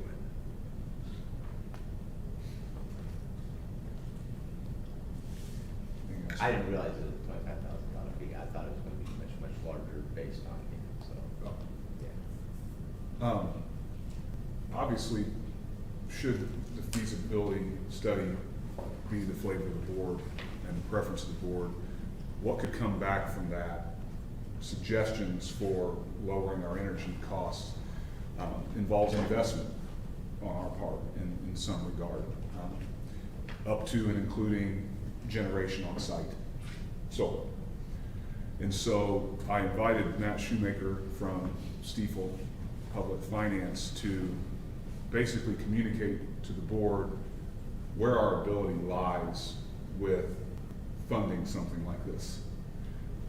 Because ultimately what we're looking at is utilizing advantages or capacity that we have in the debt service fund to relieve the operations fund, making those investments through bonds for 30 years of savings in the operations fund. But we want to make sure that that fits with everything we've been doing, because we have been doing an awful lot. And so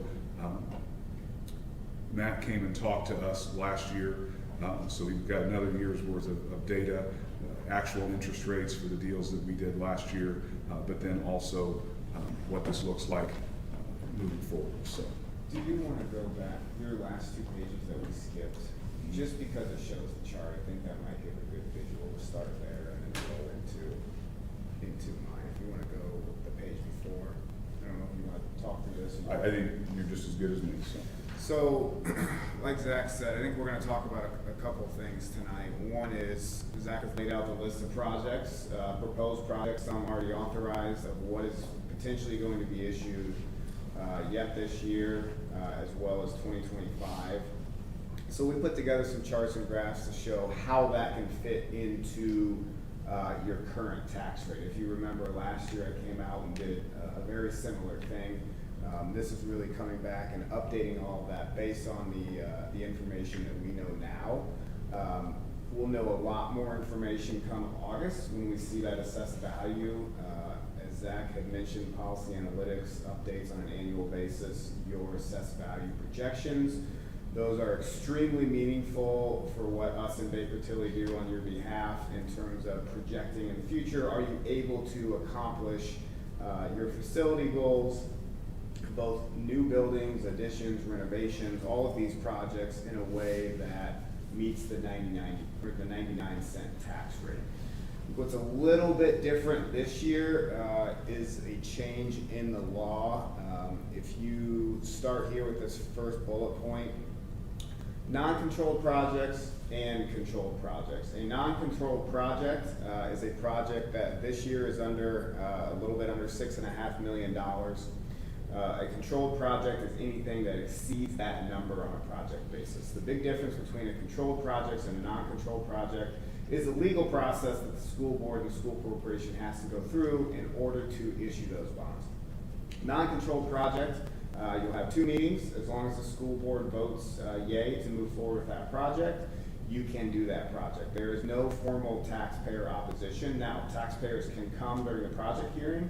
They can have their voices be heard, but there's nothing legally they can do to stop the process.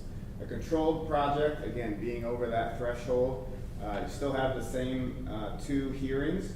They can come voice their support or not support of that project. However, this opens up a 30-day window to where they can go down to the county courthouse, pick up a petition, gather 500 signatures to start a petition remonstrance race, or potentially a referendum, depending on the size of your project. You guys have been through this in the past. The difference and the law change that we've seen there is the middle bullet. So what was added last year was any school corporation who has a debt service tax rate above 40 cents but below 80 cents can no longer do a control project. Regardless of the size of the project, whether it's $1, $100,000, $1 million, $2 million, $3 million, anything that would have been considered non-controlled because it was under that dollar threshold, because of this new tax rate threshold, everything is controlled. So you could come and say, hey, we need to, we had a boiler blow up, we need to do emergency bond issue for $500,000. Regardless of the size of that project, if you are over 40 cents, you have to go through the full 2 hearings, open it up to a 30-day wait. Now, are you likely to get someone to come and petition against that? Maybe not, but it does add time to that process of issuing the bonds. School corporations whose debt service rate is above 80 cents, everything they do is straight to a ballot. So that $500,000 boiler Going to a has to vote. go to a ballot. It's not So what subject happens to. in the winter? You, So There is there's emergency provisions where you can petition the DLGF and say, this is an emergency. So perhaps if a boiler blows, that probably falls in emergency. But let's say your 20-year warranty is expiring on a roof, you've got to do a $1.5 million roof project. It's not leaking, but it's no longer under warranty. We obviously keep all of our roofs under warranty, that we would fall into that category. A $1.5 million roof would have to go to ballot if we were above 80. Yeah, if we are above 8, but we're. Our debt rate was Yeah, above 80. we're nowhere close. No. but there are districts that are, There they are. had to get there. Yeah, they. So for this budget year, Built buildings. your debt service tax rate is approximately 37 cents. So we're close to the 40 cents, but we are below it. What the conversation is going to be today is, depending on what your assessed value does, may impact where that debt service tax rate ends up based on what your tax rate strategy is going to be moving forward. So the school board has decided, hey, let's keep this stable at 99 cents. There may be a day, as soon as next year, that in order to keep that tax rate stable at 99 cents, if your assessed value grows by a factor greater than what policy analytics is showing, all of your other tax rates, what Zach talked through, kind of those levy control tax rates, will come down. In order to hit the 99 cents, the one tax rate that you control is the debt service tax rate. So the policy decision would be, if we get into a scenario where your assessed value grows more rapidly than what projections are showing, is it the school board's wish to keep that 99 cents even if it causes you to exceed the 40-cent debt service tax rate? And so the conversation is very similar to what we had last year, but now there's some more nuance, right? And it's likely to be a little more nuance next year and the next year and the next year. These legislative changes are coming fast and furious. Some make sense, some don't make sense. All of them make our jobs more difficult. And so I think the conversation tonight, above all else, is should the assessed value either this fall, next fall, the following fall, get to a point where everything else is coming down, does the school board want to keep the total tax rate at 90 cents, or is it more important to maintain a debt service tax rate under that 40 cents? And so let's just be clear. 2022 referendum, we're done with those legal steps. That's done. 2023 is last year, middle school transportation. We're done with those legal steps. This year, due to the size of the high school central elementary project being 65 million, we're doing the 30-day period anyway because of the size of the project.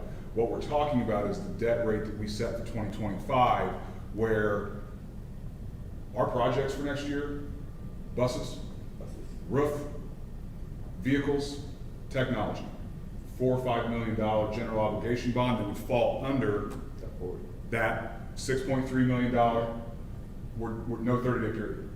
Or if Bob returns energy conservation measures that on top of buses, roof, vehicles, technology, Bob likely may come back with, maybe 3, 4, 5, 6, 7, 8, 9. I've told him to assume 10 million. We're above that control anyway. We'd be doing the 30 days anyway, whether our debt rate was 40 or a dime. So that's what we're talking about. And so that's what I've asked Matt to model is both scenarios. Do we want to invest in the ECMs and potentially have a $15 million deal next year, knowing that it may cause us to go above 40 cents on the debt side, but again, a $15 million project would invoke that 30-day period anyway. Or do we not do the ECMs and just move forward with a smaller GO for buses, technology, vehicles, roofs? So if we go to this next page again, just to see it visually, stay on this, Zach, just so they can see it. So, as Zach said, your projected rates in 2025, this is based on what Policy Analytics is projecting you to grow, 5.65%. Any growth above that, all of the projections that you see in terms of the rates are gonna come down, right? And so if you fill in the blank right now, if you wanna keep it at 99 cents, your debt service tax rate needs to be about 39 cents, right? So we're still under the 40 cents and you're keeping the 99-cent total tax rate. The problem is if you grow pretty much any percentage above that, all of those are gonna come down enough that if you wanna hit the 99 again, the debt service tax rate is gonna have to tick up a couple more pennies and potentially exceed the 40 cents. How important is maintaining below the 40 cents and retaining your ability to do non-controlled projects? As Zach mentioned, you've made so much, or in the middle of doing so much investment in your schools, but as we look 2, 3, 4, 5 years down the road, probably gonna go back to the days of maybe only doing 2 million, 3 million, 4 million, 5 million. Back to the time where you could actually access these non-controlled projects. And so it's not necessarily something that's going to impact you today, but it's really setting up for the future of what position do you want to be in for some of these projects. Now, there's other things that go into that as well. There's possibly a however to that. Yes. And so that would probably cue up your slideshow. Yes. That's all one possibility, what you outlined, back to smaller. But what if growth outpaces and enrollment outpaces? Yes. And so now it's not necessarily the smaller debt issuances, we're adding classrooms on current buildings, for example. So you gotta try to hedge against that possibility as well. So there's two scenarios. But that's gonna take your dollar amount up into that, It will. that threshold anyway, won't it? That Could. It would. I think what you'll see when you see his graphs is when the debt rate goes above 40, it allows us to make payments that return our capacity to us sooner.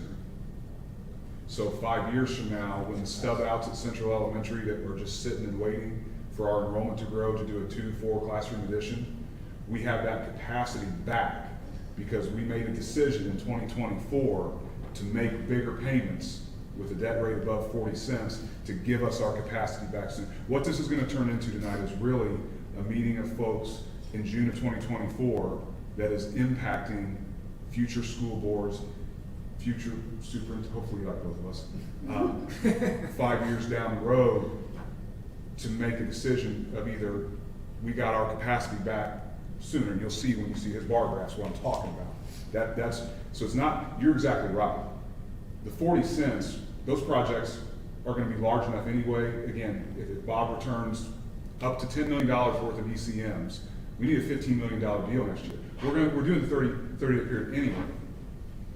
But it's 26, 27. If we forego that and let the debt rate stay below 40 and have a 96-cent tax rate overall instead of 99, that's dollars worth of payments that we weren't making to pay things down sooner, to return capacity back to us when we have the potential for enrollment growth 5 years from now, and we need to add on. It's a crazy thing about adding on, but it's that capacity coming back. And again, I think your bar graphs give that to us.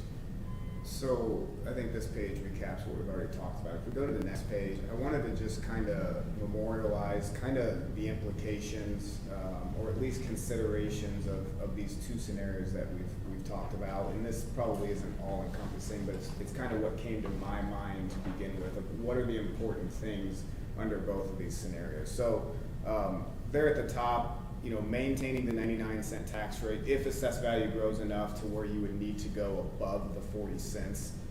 Again, we mentioned this, but all projects will be subject to petition remonstrance regardless of size. So if you want to do the $4 or $5 million project, you're now doing 2 hearings and you're waiting the 30 days, the taxpayer has the potential to not like that project, or not like what the school board is doing, or not like the basketball coach. If they have any sort of reason to not like what you guys are doing, they have the ability to come in and get 500 signatures and stop that.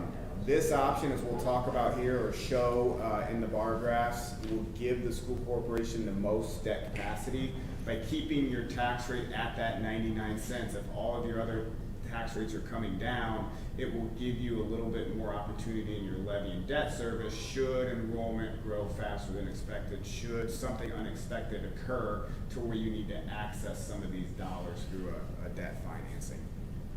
And also this decision, this isn't a decision that you guys are making that necessarily has to stay forever, right? You can make this on an annual basis. We want to keep our rate at 99 cents for 25, then you can make that decision for 26 and 27. So this isn't an all or none right now. It's more of just, hey, we're going to get your assessed value potentially early August, late August, maybe into September because it's Boone County. It's not going to be a lot of time to make some of these decisions. So let's start this conversation now and see where the board lands. Again, we're going to have more information. A lot of times that information changes the way you look at things, especially what we've seen legislatively. It seems like everything that's happened legislatively towards schools over the last decade has been negative. And so you may have a plan, as we show in these charts, that works as of today. Well, today might not matter come next legislative session. And so I think keeping the 99 cents gives you a little bit more flexibility to react to that because we haven't dropped our tax rate. If the session comes and goes and you guys aren't harmed, at least financially, then you can make a different decision come next year if that's what pleases you. Looking at maintaining your debt service tax rate below 40 cents, again, if your AV outpaces what Policy Analytics is showing, this will cause your tax rate to come down. Obviously not always a bad thing, but in looking at Lebanon and what's happening with the community, the growth, the LEAP district, there are a lot of unknowns, not only over the next couple years, but over the next decade. So this would limit your flexibility a little bit in terms of your debt capacity because we've allowed that tax rate to drop. Once you allow the tax rate to drop, as you know, it's very difficult to come back and regain or recapture that tax rate. Not impossible, but now we're going out and we are advertising a project with an actual tax increase that can cause people to come out and start questioning, hey, exactly what is going on here. Again, limit your flexibility and ability to react to those future changes, especially legislatively.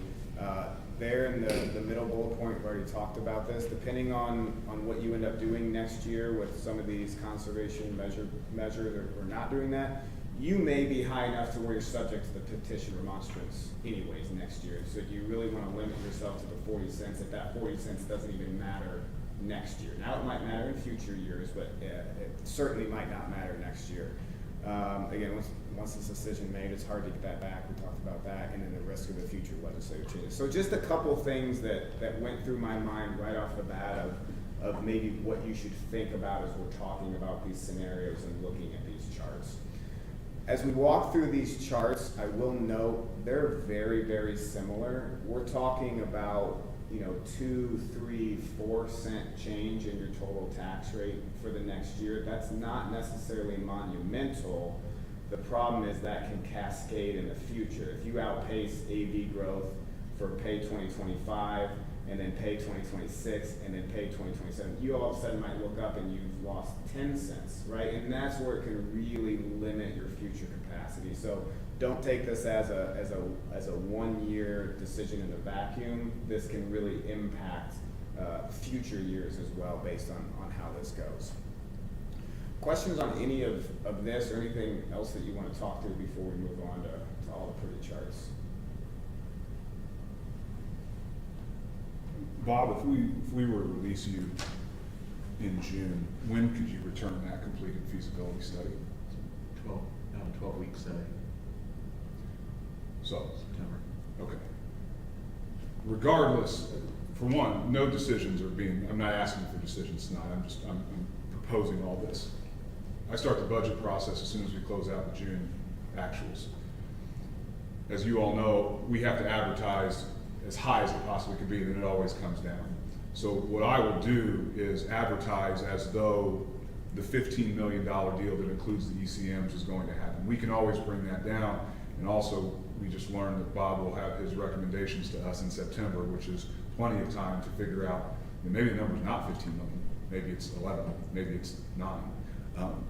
So I guess piggybacking on the fact that we'll have information coming in to make these decisions before we even have to lock in the tax rate for next year. And as we go to this first chart here, I wouldn't focus as much on the structure of the paybacks because you still have so many bond issues to sell and we don't know your assessed value. This is more of just putting it out there to show what things might look like between having the 99 cents versus keeping the 44 cents. And so these charts they're going to change when we get more information. And so I wouldn't necessarily say, oh man, this is really good or really bad based on this, because this is just a snapshot of right now and it will change. So several different scenarios. Please stop me as we talk through this if you guys have any questions or thoughts on any of this. So as we start with scenario 1 and scenario 2, these are assuming the baseline projections that Policy Analytics gave us each and every year moving forward, and then layering on top your operations fund, your operating referendum, your existing exempt debt service fund, which is the first referendum, your existing non-exempt debt service, which is your debt service fund for all of your bond issues that were not passed via referendum, so you have 2 debt funds. We have added on the middle school / transportation series 2, the referendum passed in 2022 that still hasn't been issued, so the series 2. You have high school, likely series 1, you have the middle school series 3, you have the high school series 2, and you have the ECM and operation bonds, which you're talking about. We've put out a number of 15 million. That number may be high, it may be low, it just is what it is at this point. We're just throwing a number out there. So as I said, you still have a lot to do. You have a lot of different bond issues to do. So a lot of different data points and a lot of different times where you can make decisions. This isn't, we need the decision today. This is, let's think through this process. So this one here is Bob returns about $10 million worth of ECMs. We choose to do it. What's not ideal about this one is you can see how long it takes us to get any capacity back. Once these bars drop, that's where we get capacity back to get to our 99 cents. So if we only grow at that 5.65%, what I don't immediately like about this is we've got buses and roofs to do in each one of these years, and we're not getting that capacity back. So that's information that we're gonna need. If we only grow at 5.65%, it may not be the time to do the ECMs. What the next, in every single one, there's 3 groups of scenarios. And every single one of these, the first one's gonna be, we wanna do the ECMs, the $15 million. The second one is if it's only 5. And I just want you to see the difference between these. So this is where, let's just do buses next year, roof, vehicles, technology, that's it. There's not a lot of difference in capacity coming back. So if we're just growing at 5.65%, we gain capacity back in 2031. That's the only difference. So I guess the good news is, this fits if we want to do it. If AV grows very conservatively, it still fits.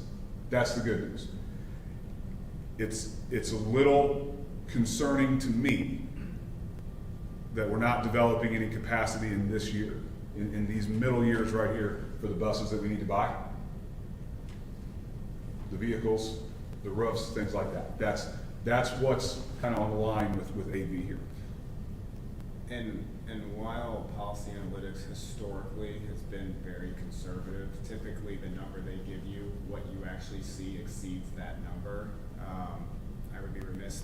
least mention. If for some reason you miss on the low side of that, that makes all of this a lot trickier to fit these projects in and keep the 99 cents. If all of a sudden we get your assessed value this fall and you grow 2%, then we're probably opening a different conversation to talk about some of this. We do not expect that. That's what, I mean, I see 5%. My biggest worry, my biggest that's a worry fraction of what's happening. is right now they have a tax study council going on with a group of legislators to look at all of this. Assessed value, tax rates are part of that. They passed last year that has hit this year a change in the supplemental deduction, which artificially held down assessed values on homeowners.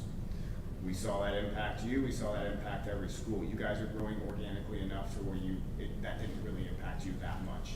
My concern would be legislatively and not what's going on with the community. What comes out of this tax study council that potentially impacts your assessed value, even though you're seeing the growth, even though you're gonna see the LEAP district, even though you're gonna see everything else. Yeah, the IDD is yet to be figured out. Could they come back and limit your assessed value growth? Could they cap it? Could they do all, that's probably where my biggest concern is. It's not the community level, it's legislatively. So again, we would expect you to far outpace this. Yeah. But yeah. But Craig, you're right though, so that's why, okay, let's move this up to something that historically, going back to the slide that I showed you today, now, will it be 12%? I think it's closer to 10 than it is 5, we'll say that. So same exact scenarios, first one has the $15 million deal. So scenario 1, 2 that we talked through, based on policy analytics projections, you could hit the 99 cents and stay under the 40 cents. It was very close, but you were hitting kind of both barometers there. Here, now your assessed value has assumed or grown so much that if you wanted to keep the 99 cents, your only variable is that debt service fund that we talked about. Now you need to take that debt service rate above 40 cents to about 42 cents in order to keep the 99 cents.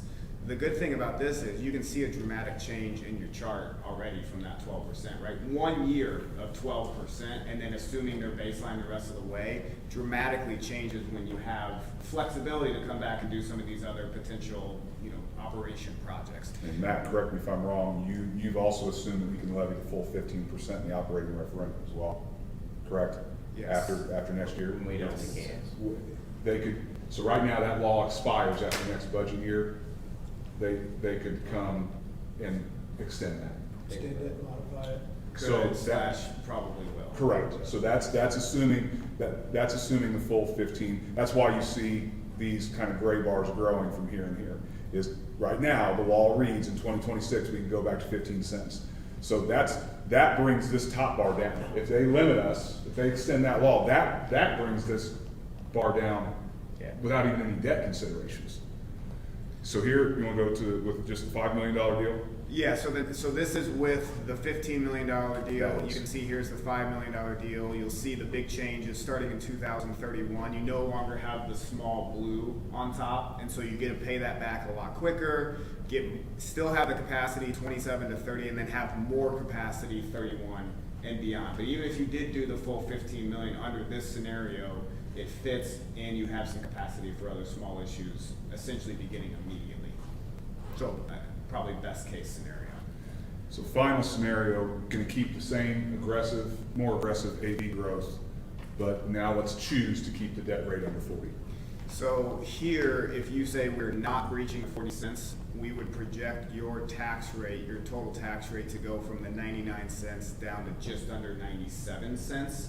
And in 2026, if we keep it there in 2025 and 2026, to Zach's point, in 2026, we're assuming you get the full 15-cent operating referendum. Very probably unlikely. So that would actually bump that down probably another at least 2 to 3 cents, depending on what formula they come up with for that year. So your 96 probably really becomes, or 97 we'll call it, probably somewhere between 94 and 95. So you're talking about a 5-cent difference in that tax rate. Again, just based on 1 year of it going above. So you can see if the next year you grow another 12% and then another 12%, all of a sudden you're down from 95 to 91 to 86. Now all of a sudden you're looking back going, ooh man, we maybe gave up 10, 12, 13 cents with some of the unknowns going on, is that what we want to do? It's not for me to decide, that's just kind of how that can cascade in the future by making this decision or potential decision this year. This is the decision we want you to have to make. We want to see AD grow 12%, you have to think this through. We don't want to see it grow 5% and you be able to hit both. This is the best scenario. Just want to have this conversation, or at least open this conversation. Here we are sitting in June, as opposed to September, when you need to then make that decision on a pretty timely basis. No ECMs? So again, it's really just the blue part, it's 31 and thereafter. So again, here, you still have some capacity from 27 to 28, you just don't have quite as much capacity. And so while I mentioned 2 to 3 cents isn't a huge deal, potentially 2 to 3 cents in consecutive years or 3 or 4 years in a row, that's when it starts to add up and you're talking about real dollars to potentially impact students, what their learning environment looks like.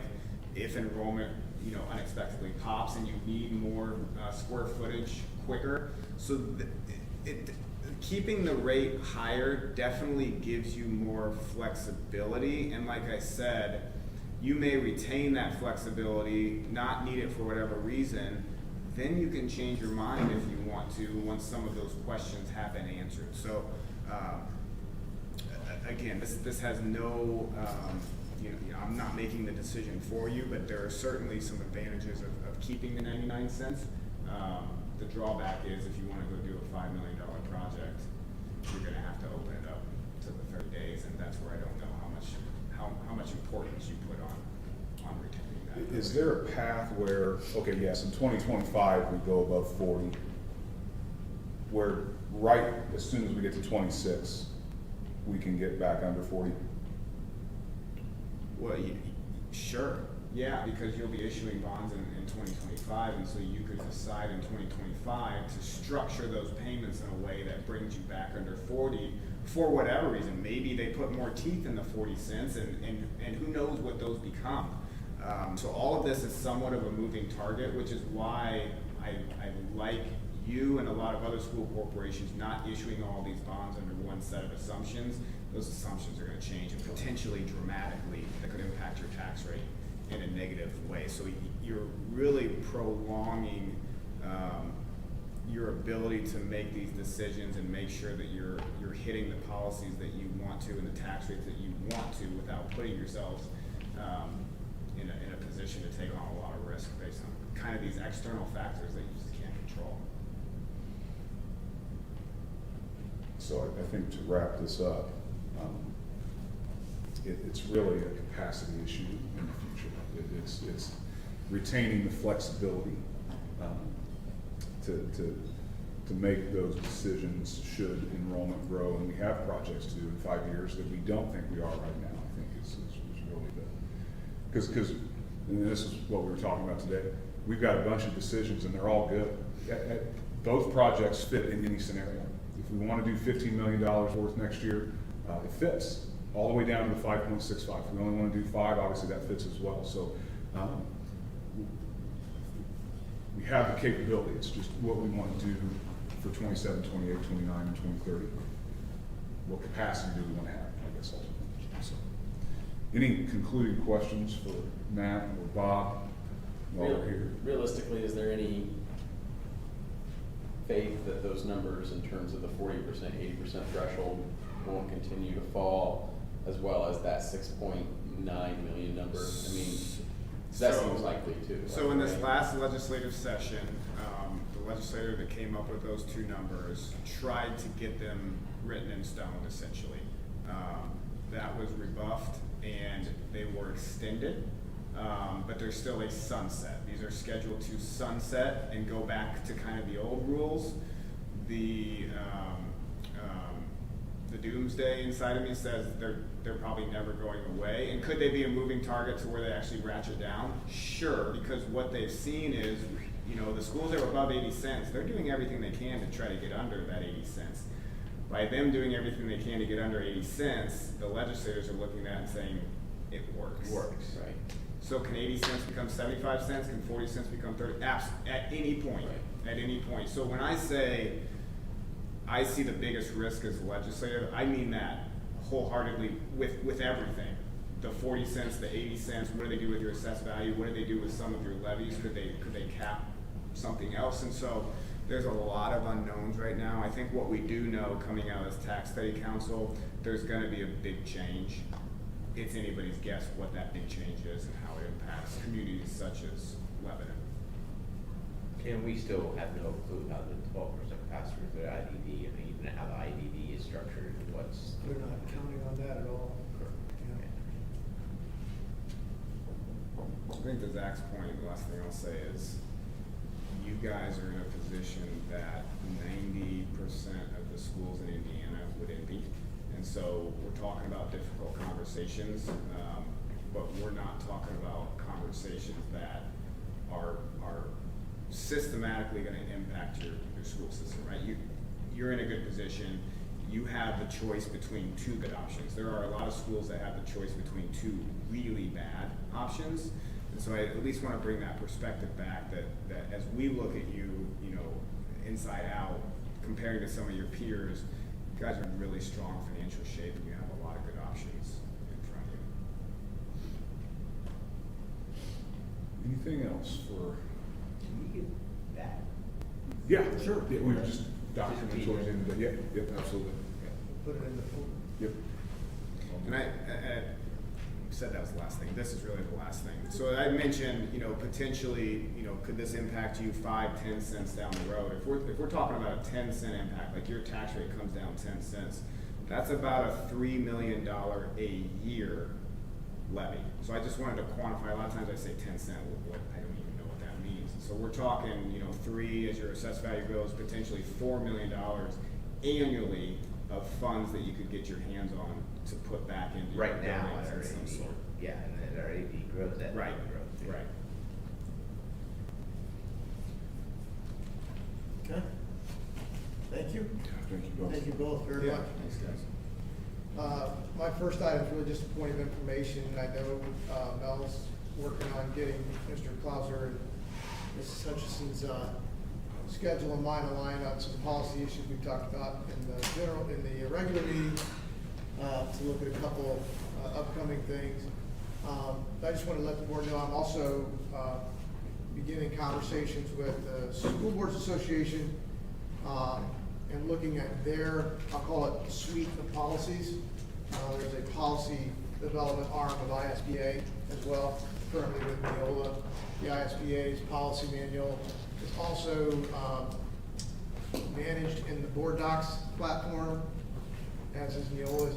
I'll just use the word more concise approach to the policy.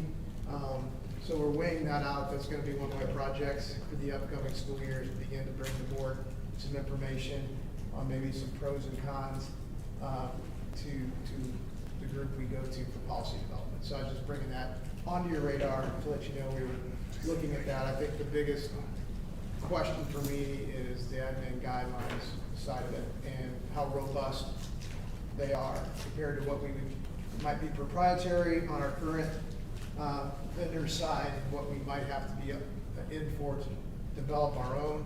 That's still a bit of an unknown for me, which is kind of a heavy administrative lift because they're obviously administrative guidelines. So we're trying to weigh that out. So just putting that one on your radar for now. As far as the enrollment rebalancing for elementary, just wanted to kind of bring back to your attention. I don't know if I can grab the screen or not. Chad, maybe if I can get successful here. Our guiding principles that we shared at the board meeting, I'm going to be digging into, you can zoom the lights up. We're going to be digging into this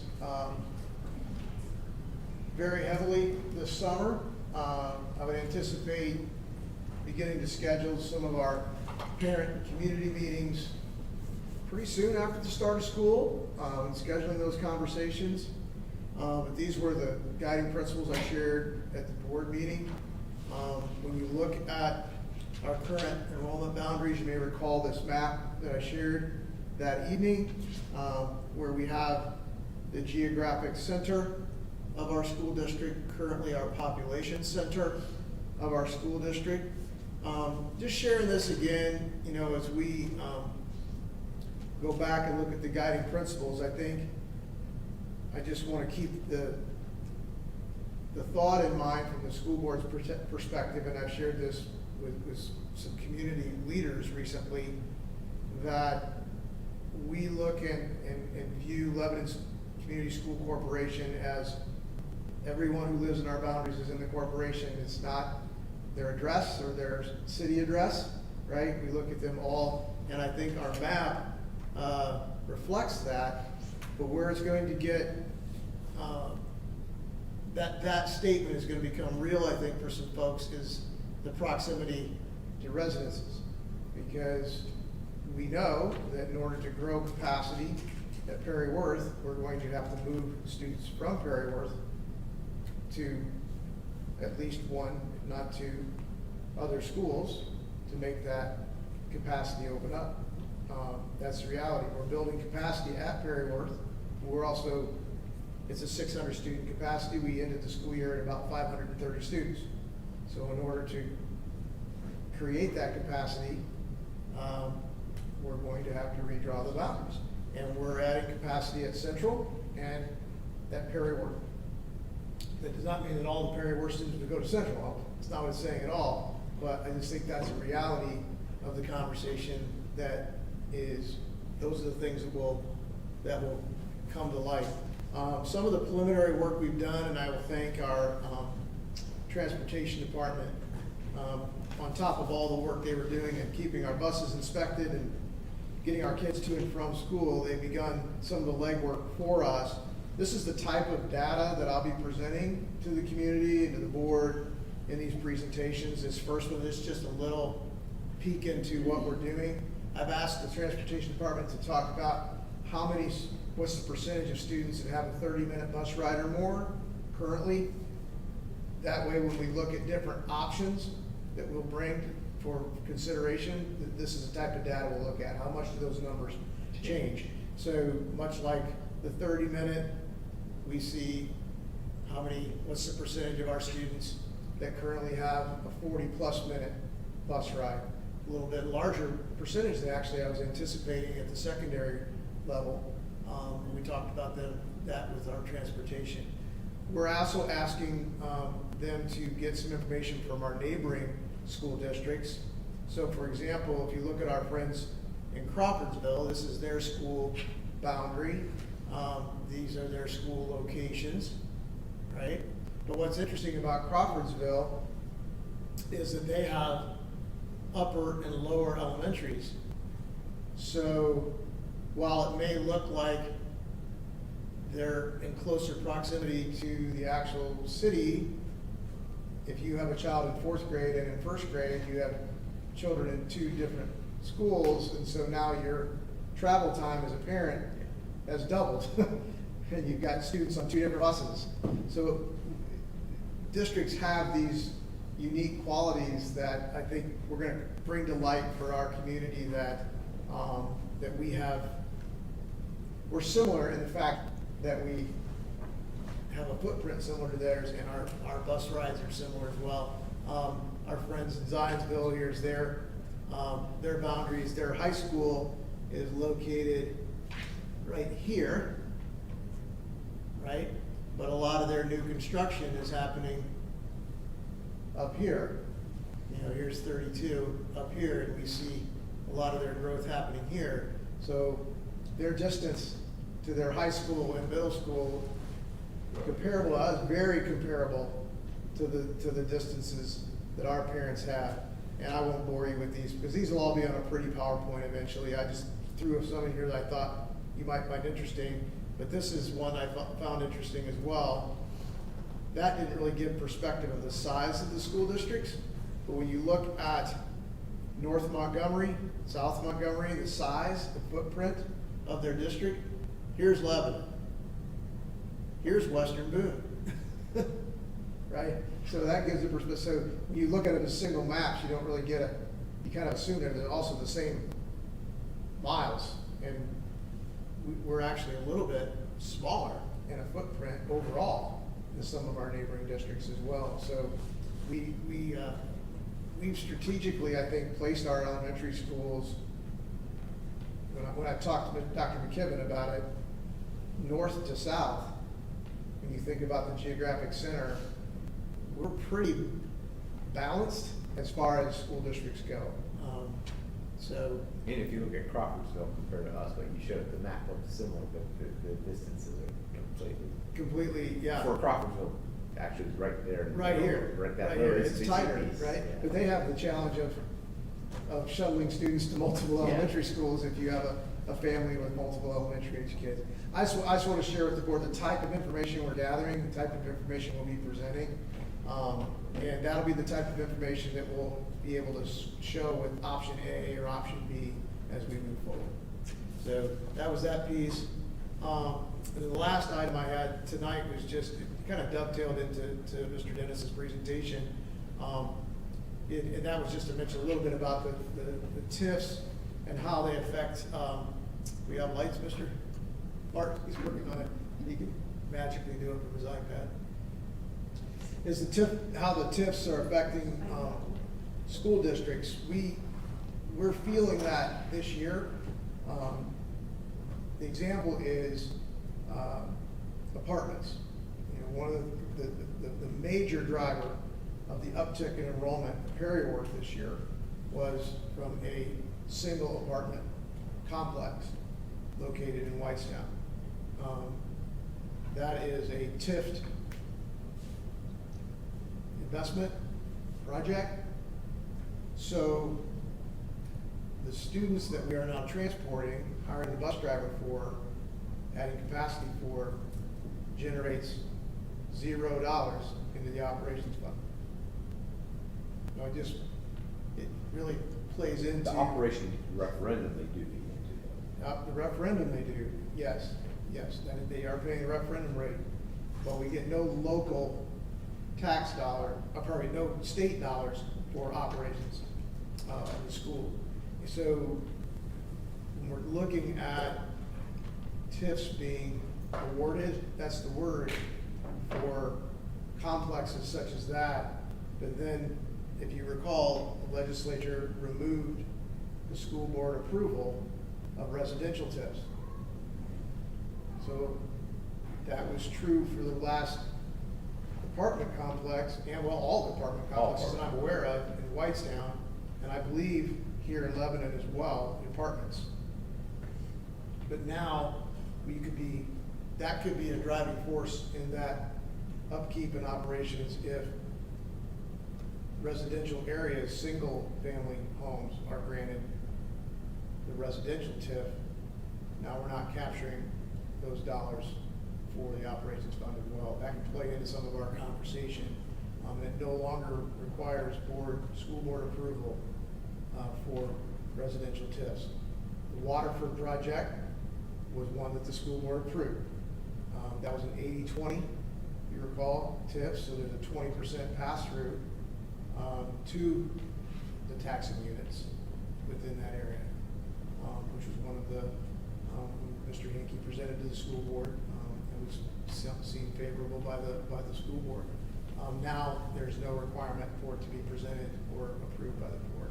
So just a conversation, wanted to remind folks that TIF law has changed, and that when apartments are being added to a district, and it increases enrollment dollars for the infrastructure to support the students, does not necessarily follow. So there's something to share with the board. The Make sure- hope is with our growth and what we're seeing here, the housing TIFs are going to be, should be few. I To would- make their performer work, they're not going to be. I've had good, productive Should. conversations with our with our civic leaders about that, but it is that doesn't mean that folks will not lobby for that or push for that, or developers. And so when that conversation is out in the public, I just kind of wanted to give the board a perspective on that. But that certainly is something that we did feel a part of in the last 12 to 18 months within the district, so. Developers will keep pushing for it. They will, but there's not going to be as big of an argument on the housing. I mean, to be able to to say, if it's not gonna work for me, Right. you're gonna sell these things like this, and you're gonna turn your profit Yeah. around. So, I mean, Hinky coming in, he was at a weird, I mean, that was Yeah, before different- league, right? I mean, different time. so to make that thing work, Yeah. for him to be able to do it, had to, and you see what's even happened there.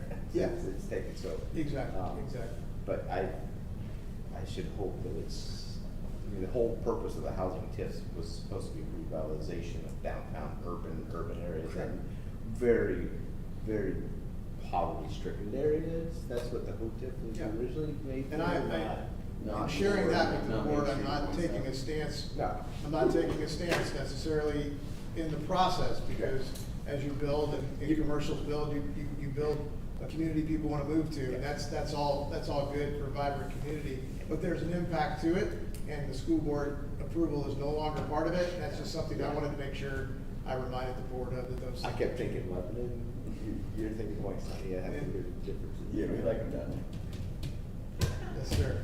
Like your pancake. That's all I had, so mine were brief items tonight.